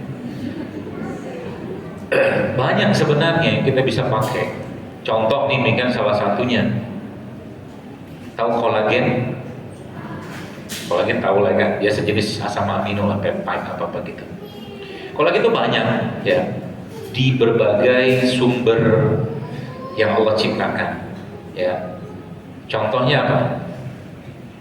Fish bone, tulang ikan tuh kolagennya tinggi. Cuman kita nggak makan kan. Berarti kalau Anda makan ikan di presto bagus, tulangnya Anda makan karena kolagennya tinggi. Fish bone. Yang kedua apa? Fish skin, kulit ikan. Itu kolagennya tinggi. Ya kan? Itu kita buang. Dibikin file. Makanya keriput terus. Yang bagus-bagusnya dibuang. Tuh, apalagi? Eggshell itu cangkangnya telur. Itu kolagennya tinggi. Terus apalagi?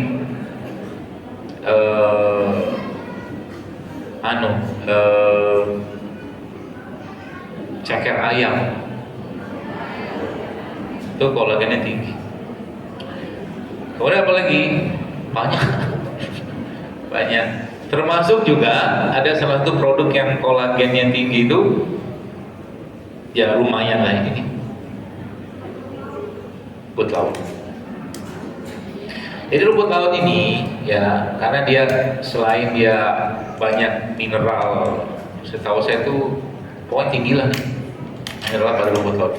Ini tuh bisa jadi masker sebenarnya. Kalau mau pakai maskeran, Anda tinggal ambil air, kasih madu sedikit buat masker muka. Bagus. Ya, makanya ibu-ibu saran saya, Anda tuh perawatan lah buat suami. Bagus. Jadi pahala kan? Gitu loh.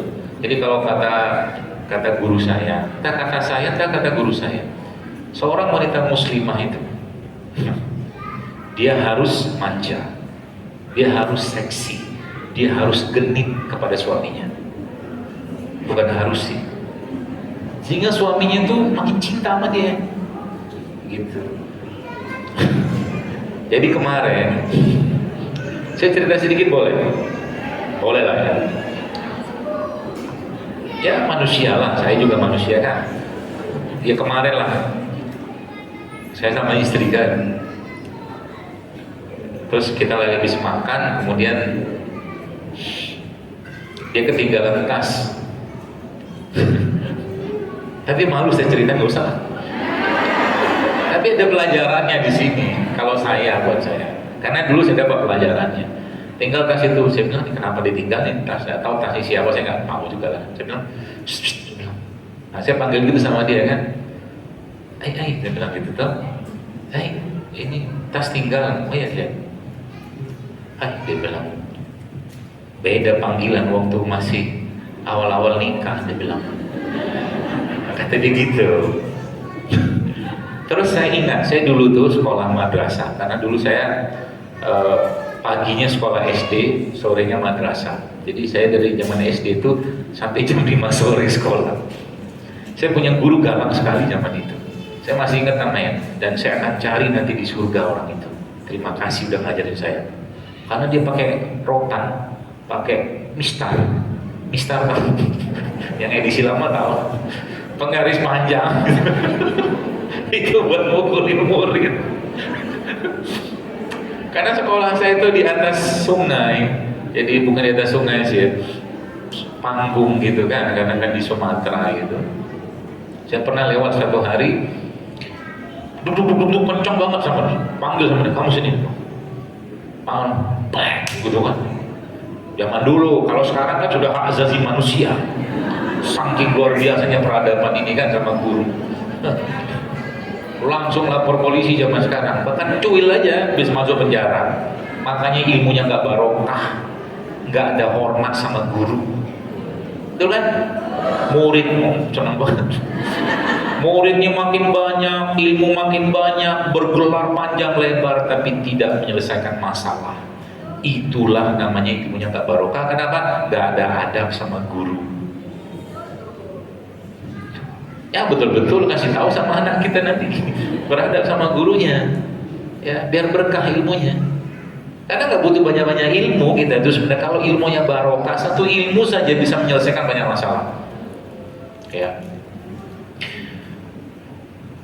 Pukullah saya, ya.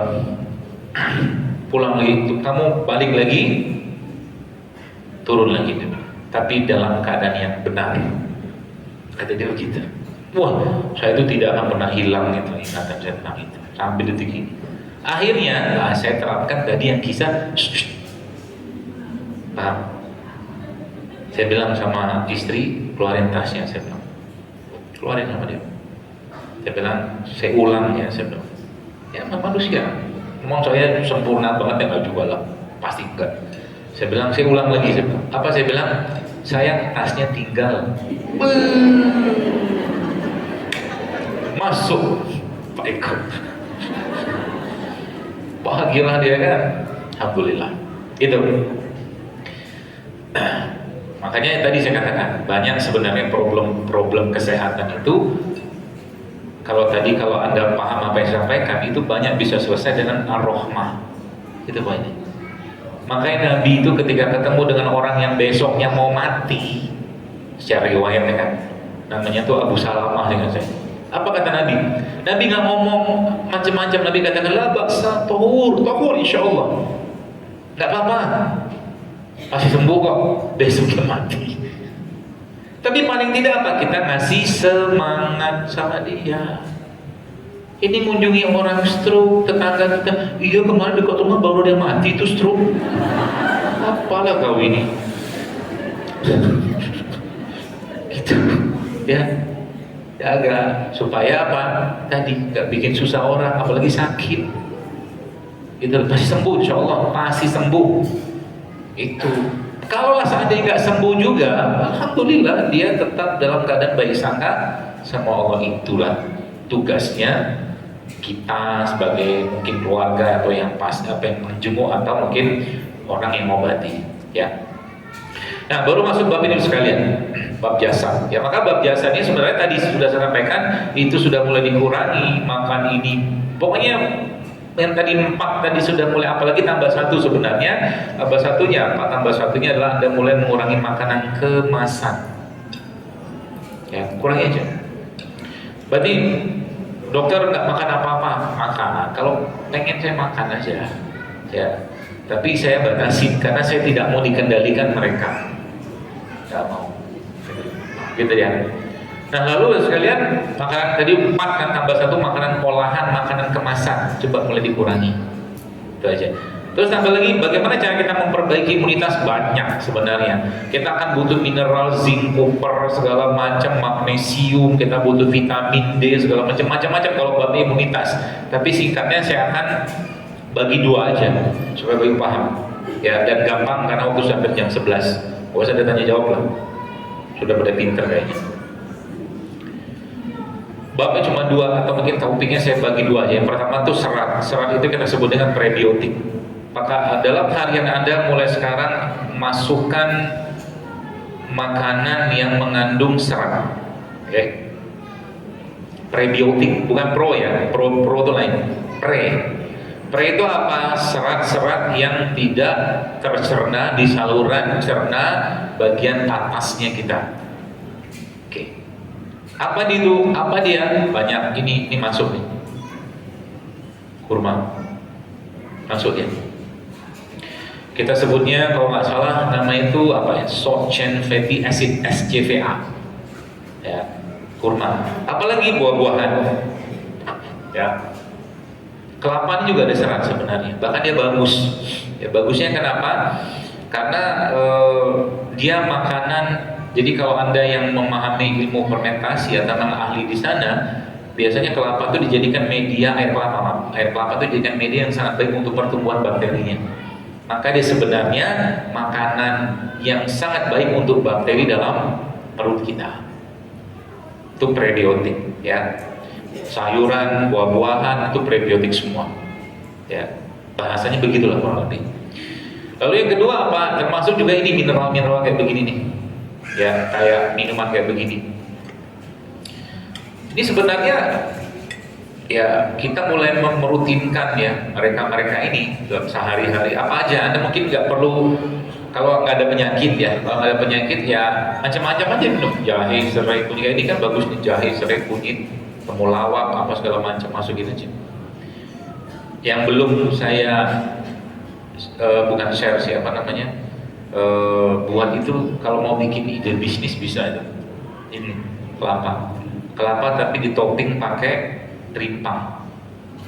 Gini lah maksudnya. Ini kan kelapa, masukin. Udah ada madunya dari rimpangnya, gitu. Jadi kelapanya punya aneka rasa original dari Allah. Sekarang kan ada kelapa rasa alpukat, rasa jeruk, rasa-rasa yang palsu. Makanya hidupnya penuh kepalsuan. Cintanya palsu karena kebanyakan gula pasir. Gula pasir kan gula yang diolah kan. Jadi kalau Anda pengen cari cinta yang asli, carilah cinta dari sumber aslinya. Ya kalau babnya cinta dalam konteks ibadah maka Allah pastinya. Tapi kalau cinta berkaitan dengan ini, cinta itu kan perlambang manis gitu loh. Jadi kalau Anda pengen dapat manis, carilah manis dari sumber yang aslinya. Contoh tadi misalkan gula pasir. Apa sumber gula pasir? Air tebu. Maka iya. Oh, pikir kuis. Ambil dapat hadiah gitu. Maka carilah air tebu. Ya, bahkan kalau Anda baca literaturnya, air tebu itu punya bahan untuk memperbaiki penyakit diabetes. Air tebu padahal. Kurma juga sama. Madu juga sama. Sepanjang dia masih dalam bentuk aslinya aman. Asal jangan berlebihan, itu aja. Ya. Jadi contoh misalkan Anda pengen makan apa itu namanya? Daging, ya jangan makan sosis, jangan makan daging. Bukan jangan itu haram bukannya. Tapi makanlah dagingnya, itu maksudnya. Bahasa sekarang tuh real foodnya lah gitu loh. Ya. Itu prebiotik. Ya, serat semua segala macam. Lalu yang kedua apa? Yang kedua tuh ini juga masuk nih. Apa tuh? Biji-bijian. Nanti kalau Anda yang punya akun salah satu TV berbayar itu ada satu dokumenter baru yang mereka menjelaskan negara-negara yang angka harapan hidupnya tinggi. Salah satunya itu di Okinawa, Jepang. Ternyata orang Okinawa, cuma dia nggak sebut, tapi saya tahu Okinawa itu salah satu yang membuat mereka umur 90 tahun masih bisa masukin benang ke jarum tanpa kacamata. Dia cerita orang Okinawa itu sangat tinggi konsumsi ubi ungu.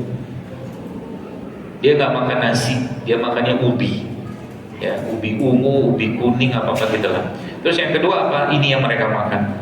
Pokoknya apa ini? Kunyit. Kalau ngerti ilmunya, orang Indonesia itu harusnya orang-orang yang umurnya panjang, harusnya. Karena semua bahan yang mereka sebut itu ada di kita, ada semua. Ya, cuman itu tadi, ya. Karena yang namanya makanan itu kan ada setan iblisnya yang bercokol, maka kita digoda, ada insulin setan gitu kan. Sehari oke, bertahan, 2 hari bertahan, 3 hari tiba-tiba abang bakso lewat, mie ayam lewat, mama lewat, nek. Coba aja, pasti banyak godaannya.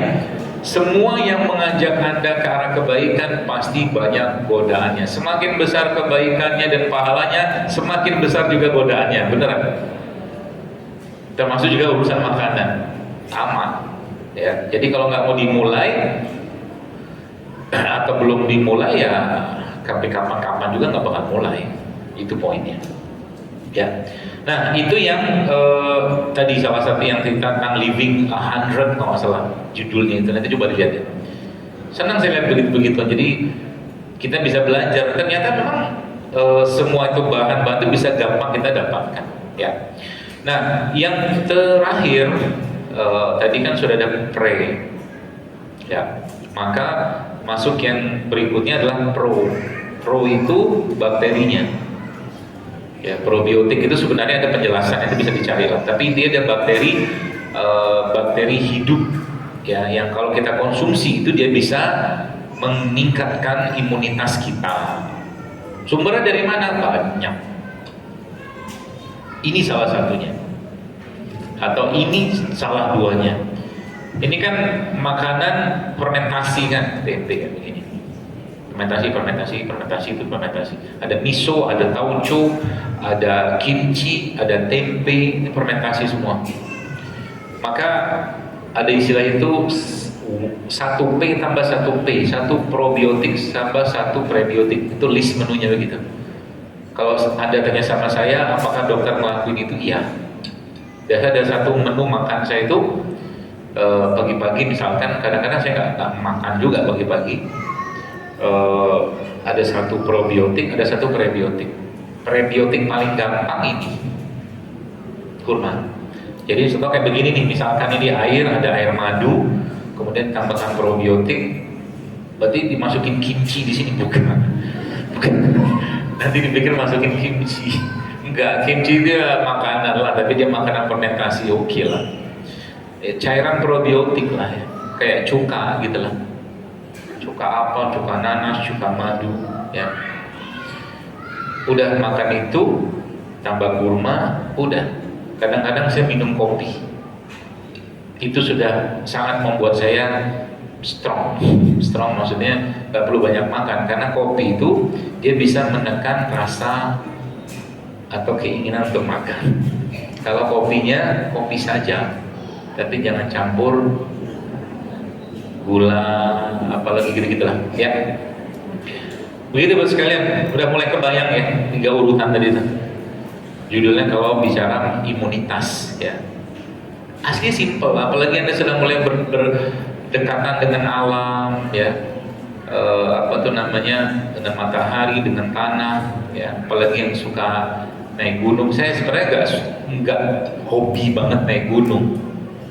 Biasanya kalau saya naik gunung, saya butuh refreshing badan aja, ya, naik beneran, sampai ke atas, gitu kan, tes dengkul judulnya, sampai sana, ya. Dengkul itu juga sebenarnya ibu-ibu nih. Nah, ini pertanyaan sering banget saya dapatkan, ya, bagi yang ada masalah di dengkul, ya atau tulang otot itu paling mudah kalau Anda mau kuatkan itu.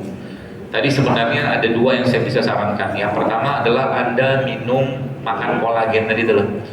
Misalkan Anda bikin sup ceker ayam. Sup ceker ayam kasih bumbu, ceker ayam banyak sekalian. Nanti Anda saring saja airnya itu Anda minum tiap hari. Itu bagus buat tulang otot sendi. Itu yang pertama. Terus jangan lupa kolagen itu butuh apa ya? Butuh vitamin C, butuh zinc, butuh kupar gitu-gitu lah. Nah, habis Anda makan itu, ya, apa yang harus Anda makan supaya tulang yang kuat? Maka Anda oyster tahu? Itu bagus kupernya. Kuper sama zincnya, oyster itu, ya. Atau molus itu apa ya? Makanan laut lah gitu. Kalau nggak ada itu, paling gampang lagi pakai beef liver bukan liver, hatinya sapi. Itu bagus, zinc sama kupernya. Jadi kolagennya Anda makan itu buat apa? Buat tulang otot sendi gitu-gitu. Nah, termasuk satu lagi yang saya sampaikan itu buat serat, buat pencernaan juga ada namanya bone broth, kaldu tulang. Sudah tahu cara bikinnya? Tahu lah, ibu-ibu lo jago. Yang jelas dia lama baru keluar itu kan, 8 jam gitu kan. Ambil air, campurin bumbu-bumbu segala macam, masukin lah tulang. Ya, bagusnya tulang yang kokoh. Sapi, kambing gitu-gitu lah. Nanti itu diminum. Kalau bisa sehari Anda minum 1 gelas begini bagus. Ya, airnya ya. Airnya itu buat tulang, buat lambung juga bagus. Tapi jangan plain. Harus ada bumbunya biar enak. Gitu ya. Mudah-mudahan kebayang ya. Termasuk juga madu ya, madu ini tuh menjadi makanan rutin kita tiap hari lah ya. Madu, kurma, zaitun segala macam sama ini tadi, dia akan memperbaiki dirinya sendiri, ya kayak mobil di servis atau di salon, gitulah, salon jadi makin cakep dia badan itu, ya. Tapi pertanyaannya nanti kan mati juga, betul? Saya kok capek-capek jaga kesehatan kan mati juga kita, iya betul. Tapi kan niatnya dengan kita menjaga ini ibadah kita tetap baik. Biar sholatnya bisa berdiri di usia 70 tahun, gitu kan? Supaya pahalanya sempurna. Karena sholat duduk pahalanya tidak sama dengan berdiri. Biar pergi hajinya, umrah gitu. Jadi niatnya buat kita kalau hidup sehat itu bukan lifestyle, tapi apa? Untuk menguatkan ibadah kita itu. Sehingga apa? Sehingga ketika kita mau nyampah mikir, nyampah makannya nggak bener gitu ya. Saya kira begini Bu sekalian, mungkin karena sudah jam 11. Saya baca beberapa pertanyaan saja ya. Dokter, suami saya sudah 6 tahun berhenti merokok, tapi baru tahun ini di ronsen paru-parunya seperti ada kabutnya, jadi belum bersih. Suruh naik gunung. Ini beneran saran saya. Kalau bisa pergi tempat yang nggak ada polusi banyak. Nanti waktu di sana, kalau terakhir saya kemarin naik lawu sampai ke atas, alhamdulillah dengan izin Allah. Itu kalau pas naik agak-agak tempat-tempat yang bagus, saudara, saya memang kayak orang sesak nafas. Gitu sekencang-kencangnya bersih paru kita.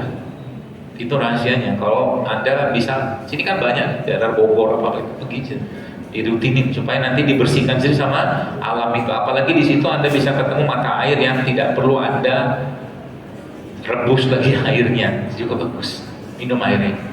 Biasa tuh paket ke udara dan air, paket dari Allah gitu loh. Makanya kalau naik gunung, saya tidak akan pernah ketinggalan minum air di sana, karena airnya pasti bagus. Gitu, ya. Saran saya itu kepada bapak ibunya ini yang bertanya nih. Kemudian yang kalau rimpangnya apa? Rimpang-rimpangnya anget aja pakai tiap hari. Kalau bisa campuran beberapa jenis rimpang. Contoh ya jahe, serai, lengkuas, jahe, serai, lengkuas itu 3. Sama satu lagi jahe, lengkuas, serai. Sama 2-nya itu cengkeh sama kapulaga. Atau minum tiap hari itu. Insya Allah membantu. Sama makanan berlendirnya, kalau bisa tadi 4 itu ya jangan dimakan.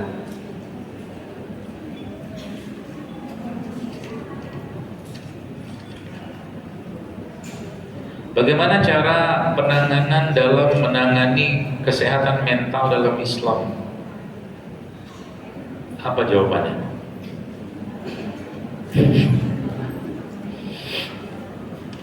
Kalau orang yang sekalian, kalau kita sudah belajar agama, harusnya penyakit-penyakit, saya kadang-kadang bingung kok ada penyakit itu gitu loh. Saya nggak usah sebutin apa lah penyakitnya, nanti marah yang kena penyakit itu, baper dia. Harusnya nggak ada penyakit itu ya, penyakit yang hubungannya ya, kalau saya marah, saya sebut nanti tersinggung soalnya orang. Dan ya kayak penyakit anxiety, cemas itu harusnya nggak ada. Kok tiba-tiba ada? Cemas, was-was, kok tiba-tiba ada di zaman sekarang gitu loh. Saking cemasnya itu, ada beberapa orang itu saya kadang-kadang nggak bisa pikir. Saya diceritakan, saya belum pernah lihat orangnya. Dia wudhu, duk. Belum selesai wudhunya, dia wudhu lagi. Dia bilang, kayaknya batal tadi. Dia kan was-was. Belum lagi cerita cemas. Apalagi cemas itu kan pakai bahasa, ini kalau nggak gini gimana? Jika maka, sudah pakai begitu. Padahal kalau dipelajari Al-Quran, kalau kita belajar ayat-ayat tentang sesuatu hubungan dengan ketenangan hati, jiwa, apa yang mau dikhawatirkan? Apa coba? Saya sampai pernah ya, contoh nih, ada seorang ibu pernah konsul ke saya. Tak dapat dari mana lah ceritanya tuh, dia sampai ketemulah saya. Panik luar biasa, gara-gara apa? Gara-gara ada batu empedu ukurannya secuil. Saya bilang, saya marah, saya omel, Bu, saya bilang, nih saya ngomong secara yang saya pahami. Saya bilang, Ibu pernah kolik nggak? Karena batu itu daruratnya kalau dia kolik nyumbat, sakitnya luar biasa. Itu kolik, pernah nggak? Nggak pernah. Terus apa yang Ibu takutkan? Nanti kalau saya operasi gimana begini? Ya sudah, masuk operasi, apa masalahnya? Ibu takut dengan hasil ininya, saya katakan nggak usah ditengok hasil itu. Bahkan terakhir saya dapat, ini cerita ya, tapi bukan untuk menjelek-jelekan siapapun atau apapun. Ini cerita dari salah satu guru saya. Ada bapak-bapak, temannya beliau, dia cerita, dulu bapak ini minum kopi aman aja, gak ada masalah sama sekali. Entah kayak gimana, suatu hari dia tes alergi. Oke? Tes alergi, diteslah sama tes itu, dan ternyata disebutkan Anda alergi sama kopi. Sejak dia membaca tes itu, dia nggak bisa lagi minum kopi. Coba, kita tuh hati-hati loh yang masuk ke pikiran kita masa itu. Kalau Anda nggak perlu dimasukkan, jangan dimasukkan. Ngapain? Gitu loh. Contoh nih lagi ya. Ini kan masalah mental ini kan was-was, cemas, macam-macam banyak. Saya juga belum pelajari detail, tapi saya belum mau menuju ke sana gitu loh. Bisa dipelajari. Dan memang syariat memang memberikan arahan tentang itu. Syariat dulu bahasanya, baru kita bicara tentang apa yang dimakan. Gitu. Ibu saya itu sudah meninggal, Allah yarham, kena diabetes. Waktu cek gula darah itu, gula darahnya bahkan hasil tes gula darah itu nggak ada angka lagi, high. Kan bisa tulis tuh high di atas berapa gitu, saya lupa 500 atau berapa itu. Tapi karena emang dia sudah, orang-orang zaman dulu kan, maksudnya orang tua zaman dulu tangguh-tangguh menurut saya gitu. Apa yang terjadi sekalian? Ya sudahlah, dia bilang, memang kalau nanti wayahnya matilah dia bilang. Selesai gitu kan. Kata yang menegaskan prinsip hidup. Kalau memang sudah wayahnya mati. Bukan dijejalin dengan informasi tentang penyakit ini itu segala macam. Ya akhirnya tiap hari cemas. Kalau saya nggak makan obat ini segala macam, subhanallah sekalian. Bukan saya menafikan obat-obatan, bukan. Tapi maksud saya akhirnya beliau tata ulang makannya beliau. Hanya makanan. Stabil gulanya, subhanallah. Bahkan kesehatannya setelah justru kena diabetes itu makin baik. Gitu loh. Kenapa kayak begitu ya tadi? Jangan semua dimasukkan informasi itu. Ya, kalau nggak perlu nggak usah dimasukin gitu. Apa? Makanya dalam Islam nih, contoh kesehatan ya. Kalau babnya kesehatan mental.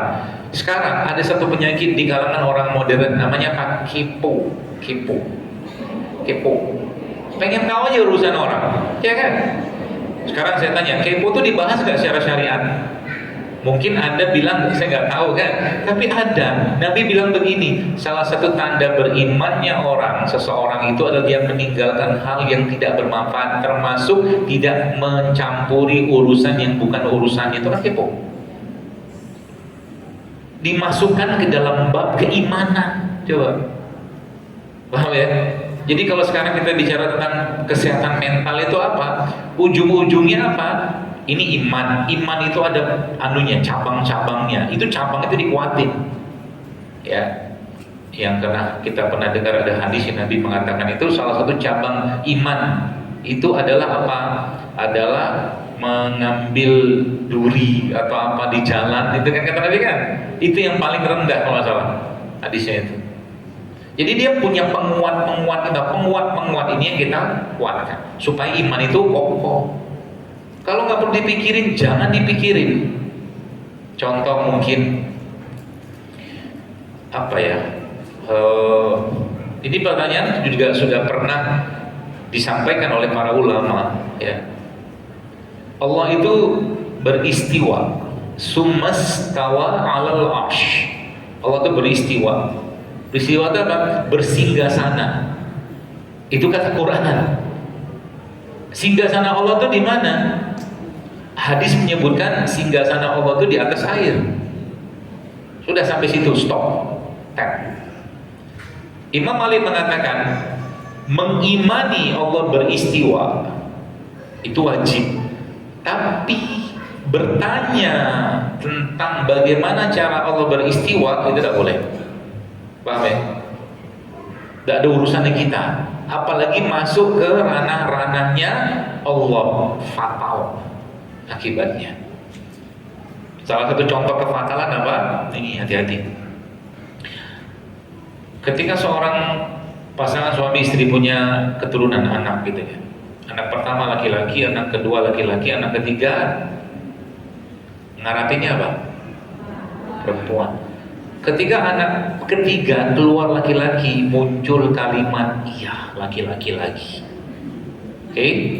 Tanpa sadar dia sudah masuk ke ranahnya Allah, maka anak ini sudah mendapatkan beban dari orang tuanya sebagai anak yang tidak diinginkan. Penyakit nggak? Penyakit. Tinggal tunggu waktunya. Auzubillah min dzalik. Jadi hati-hati dengan masuk ke area Allah itu. Nah, penyakit kesehatan mental ini beberapa itu saya coba sedikit saya potret-potret masuk ke areanya Allah sebenarnya. Ya nggak perlu, sehingga apa? Pasti cemas, takut, gitu kan. Makanya dalam syariat Umar bahkan mengatakan begini nih. Lihat kalau kebablasan ini efeknya.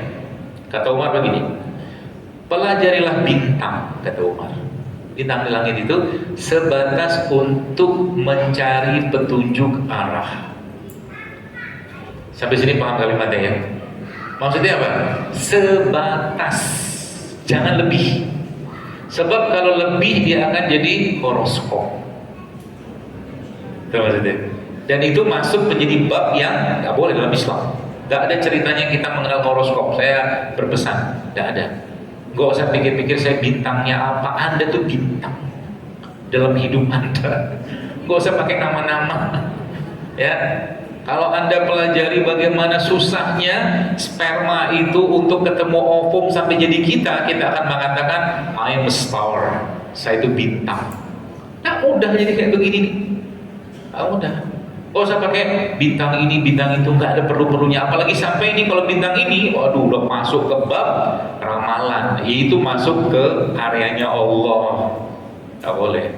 Jadi kesehatan mental ini, kalau pertanyaan saya, bagaimana cara kita mengendalikan, menanggulangi, mengatasi? Maka jawabannya simple. Pelajarilah ilmu agama lebih dalam lagi, maka itu akan menghilangkan semua masalah itu. Contoh mungkin rezeki. Apa yang kita mau takutkan dengan rezeki? Nggak ada. Nggak ada. Oh, rezeki udah dijamin. Ya, makanya hati-hati dengan kalimat-kalimat tertentu. Contohnya apa? Kan kalimat sering orang pakai, hasil tidak akan mengkhianati proses. Gak masuk di babnya iman itu. Coba aja lihat, banyak orang yang kerjanya super luar biasa, segitu-gitu aja hidupnya. Betul kan? Gak bisa. Jadi ketika ini saya ajarin metode berpikir supaya naik level sedikit berpikir. Ketika kita bicara sesuatu maka lihat Al-Quran bicara apa, hadis bicara apa, ulama bicara apa, pasang di situ, baru kita punya prinsip. Itu jangan semua diterima informasinya, nggak bisa. Nanti malah pusing sendiri kita, ya, gitu. Makanya dalam bab kesehatan, saya sampaikan, jangan pernah mengandalkan apapun, ya, dengan ikhtiarnya kita, jangan pernah mengandalkan apapun. Kenapa? Karena memang yang namanya kesembuhan dalam Islam itu hak prerogatifnya Allah saja, tidak lebih, ya, hanya Allah saja. Ya, sehingga apa? Tugas kita ikhtiar tetap jalan, tapi tetap bukan ini yang menjadi penyebab utamanya, karena Allah lah pemilik penyebab dan Allah pemilik akibat. Allah suka-suka dia aja. Kalau sudah waktunya sembuh, ya sembuh. Kalau belum sembuh, sabar. Nah, gitu. Baik, sekarang saya kira mungkin cukup lah 11:04, ya, Masya Allah. Masih ada yang belum dijawab juga, saya kira mungkin nanti lain waktu kita sambung lagi, ya. Karena zuhur sekarang juga sudah tidak seperti dulu, kayak 11:40 sudah zuhur sekarang. Kita tutup saja majelis kita ini dengan doa kafaratul majlis, tapi sebelumnya kita juga mohon pada Allah, ya, agar Allah melindungi saudara kita yang ada di Palestina, ya, dan menyelamatkan mereka dari berbagai macam kemungkaran, kejahatan di sana, dan Allah berikan pertolongan kepada mereka, dan Allah berikan juga pertolongan kepada agama Islam ini, khususnya Indonesia ini sebagai kita umat Islam terbesar di sini, juga bisa menjadi contoh yang baik buat orang-orang yang lain di luar sana. Dan semoga Allah jaga hati kita, iman kita, jiwa kita, raga kita, untuk nanti kita suatu hari kelak ketika sudah saatnya bertemu dengan Allah wafatkan kita dalam husnul khotimah, dalam hati yang baik, dalam semua dosa-dosa kita sudah diampuni Allah Subhanahu wa taala. Dan semoga kita berdoa kepada Allah Subhanahu wa taala, kita dikumpulkan juga di surga Firdausnya Allah nanti dengan orang tua kita, dengan orang kita cintai, dan juga dengan Rasulullah SAW di surga Firdaus yang tanpa hisab dan tanpa azab. Dan semoga sisa hidup kita ini Allah mudahkan kita untuk beramal soleh. Allahumma inna nas'aluka fi'lal khairat wa tarkal munkarat wa hubbal masakin. Kita mohon pada Allah agar sisa hidup kita ini lebih banyak bagi amal jariah yang kita buat. Kita mohon pada Allah agar kita dijauhkan dari kemungkaran-kemungkaran, dari semua hal yang tidak bermanfaat, semua hal yang tidak berguna dalam kehidupan kita, sehingga kita nanti kehidupan kita bisa mendapatkan hal-hal yang membuat kita semakin baik dan semakin bahagia dari amal soleh dan kebaikan yang kita lakukan. Insya Allah seperti itu. Dan saya kira begitu sebagian semua kebaikan tentunya dari Allah Subhanahu wa taala. Segala kekurangan misalnya dari saya pribadi kita tutup dengan doa kafaratul majlis. Subhanakallahumma wa bihamdika asyhadu an la ilaha illa anta astaghfiruka wa atubu ilaik. Assalamualaikum warahmatullahi wabarakatuh.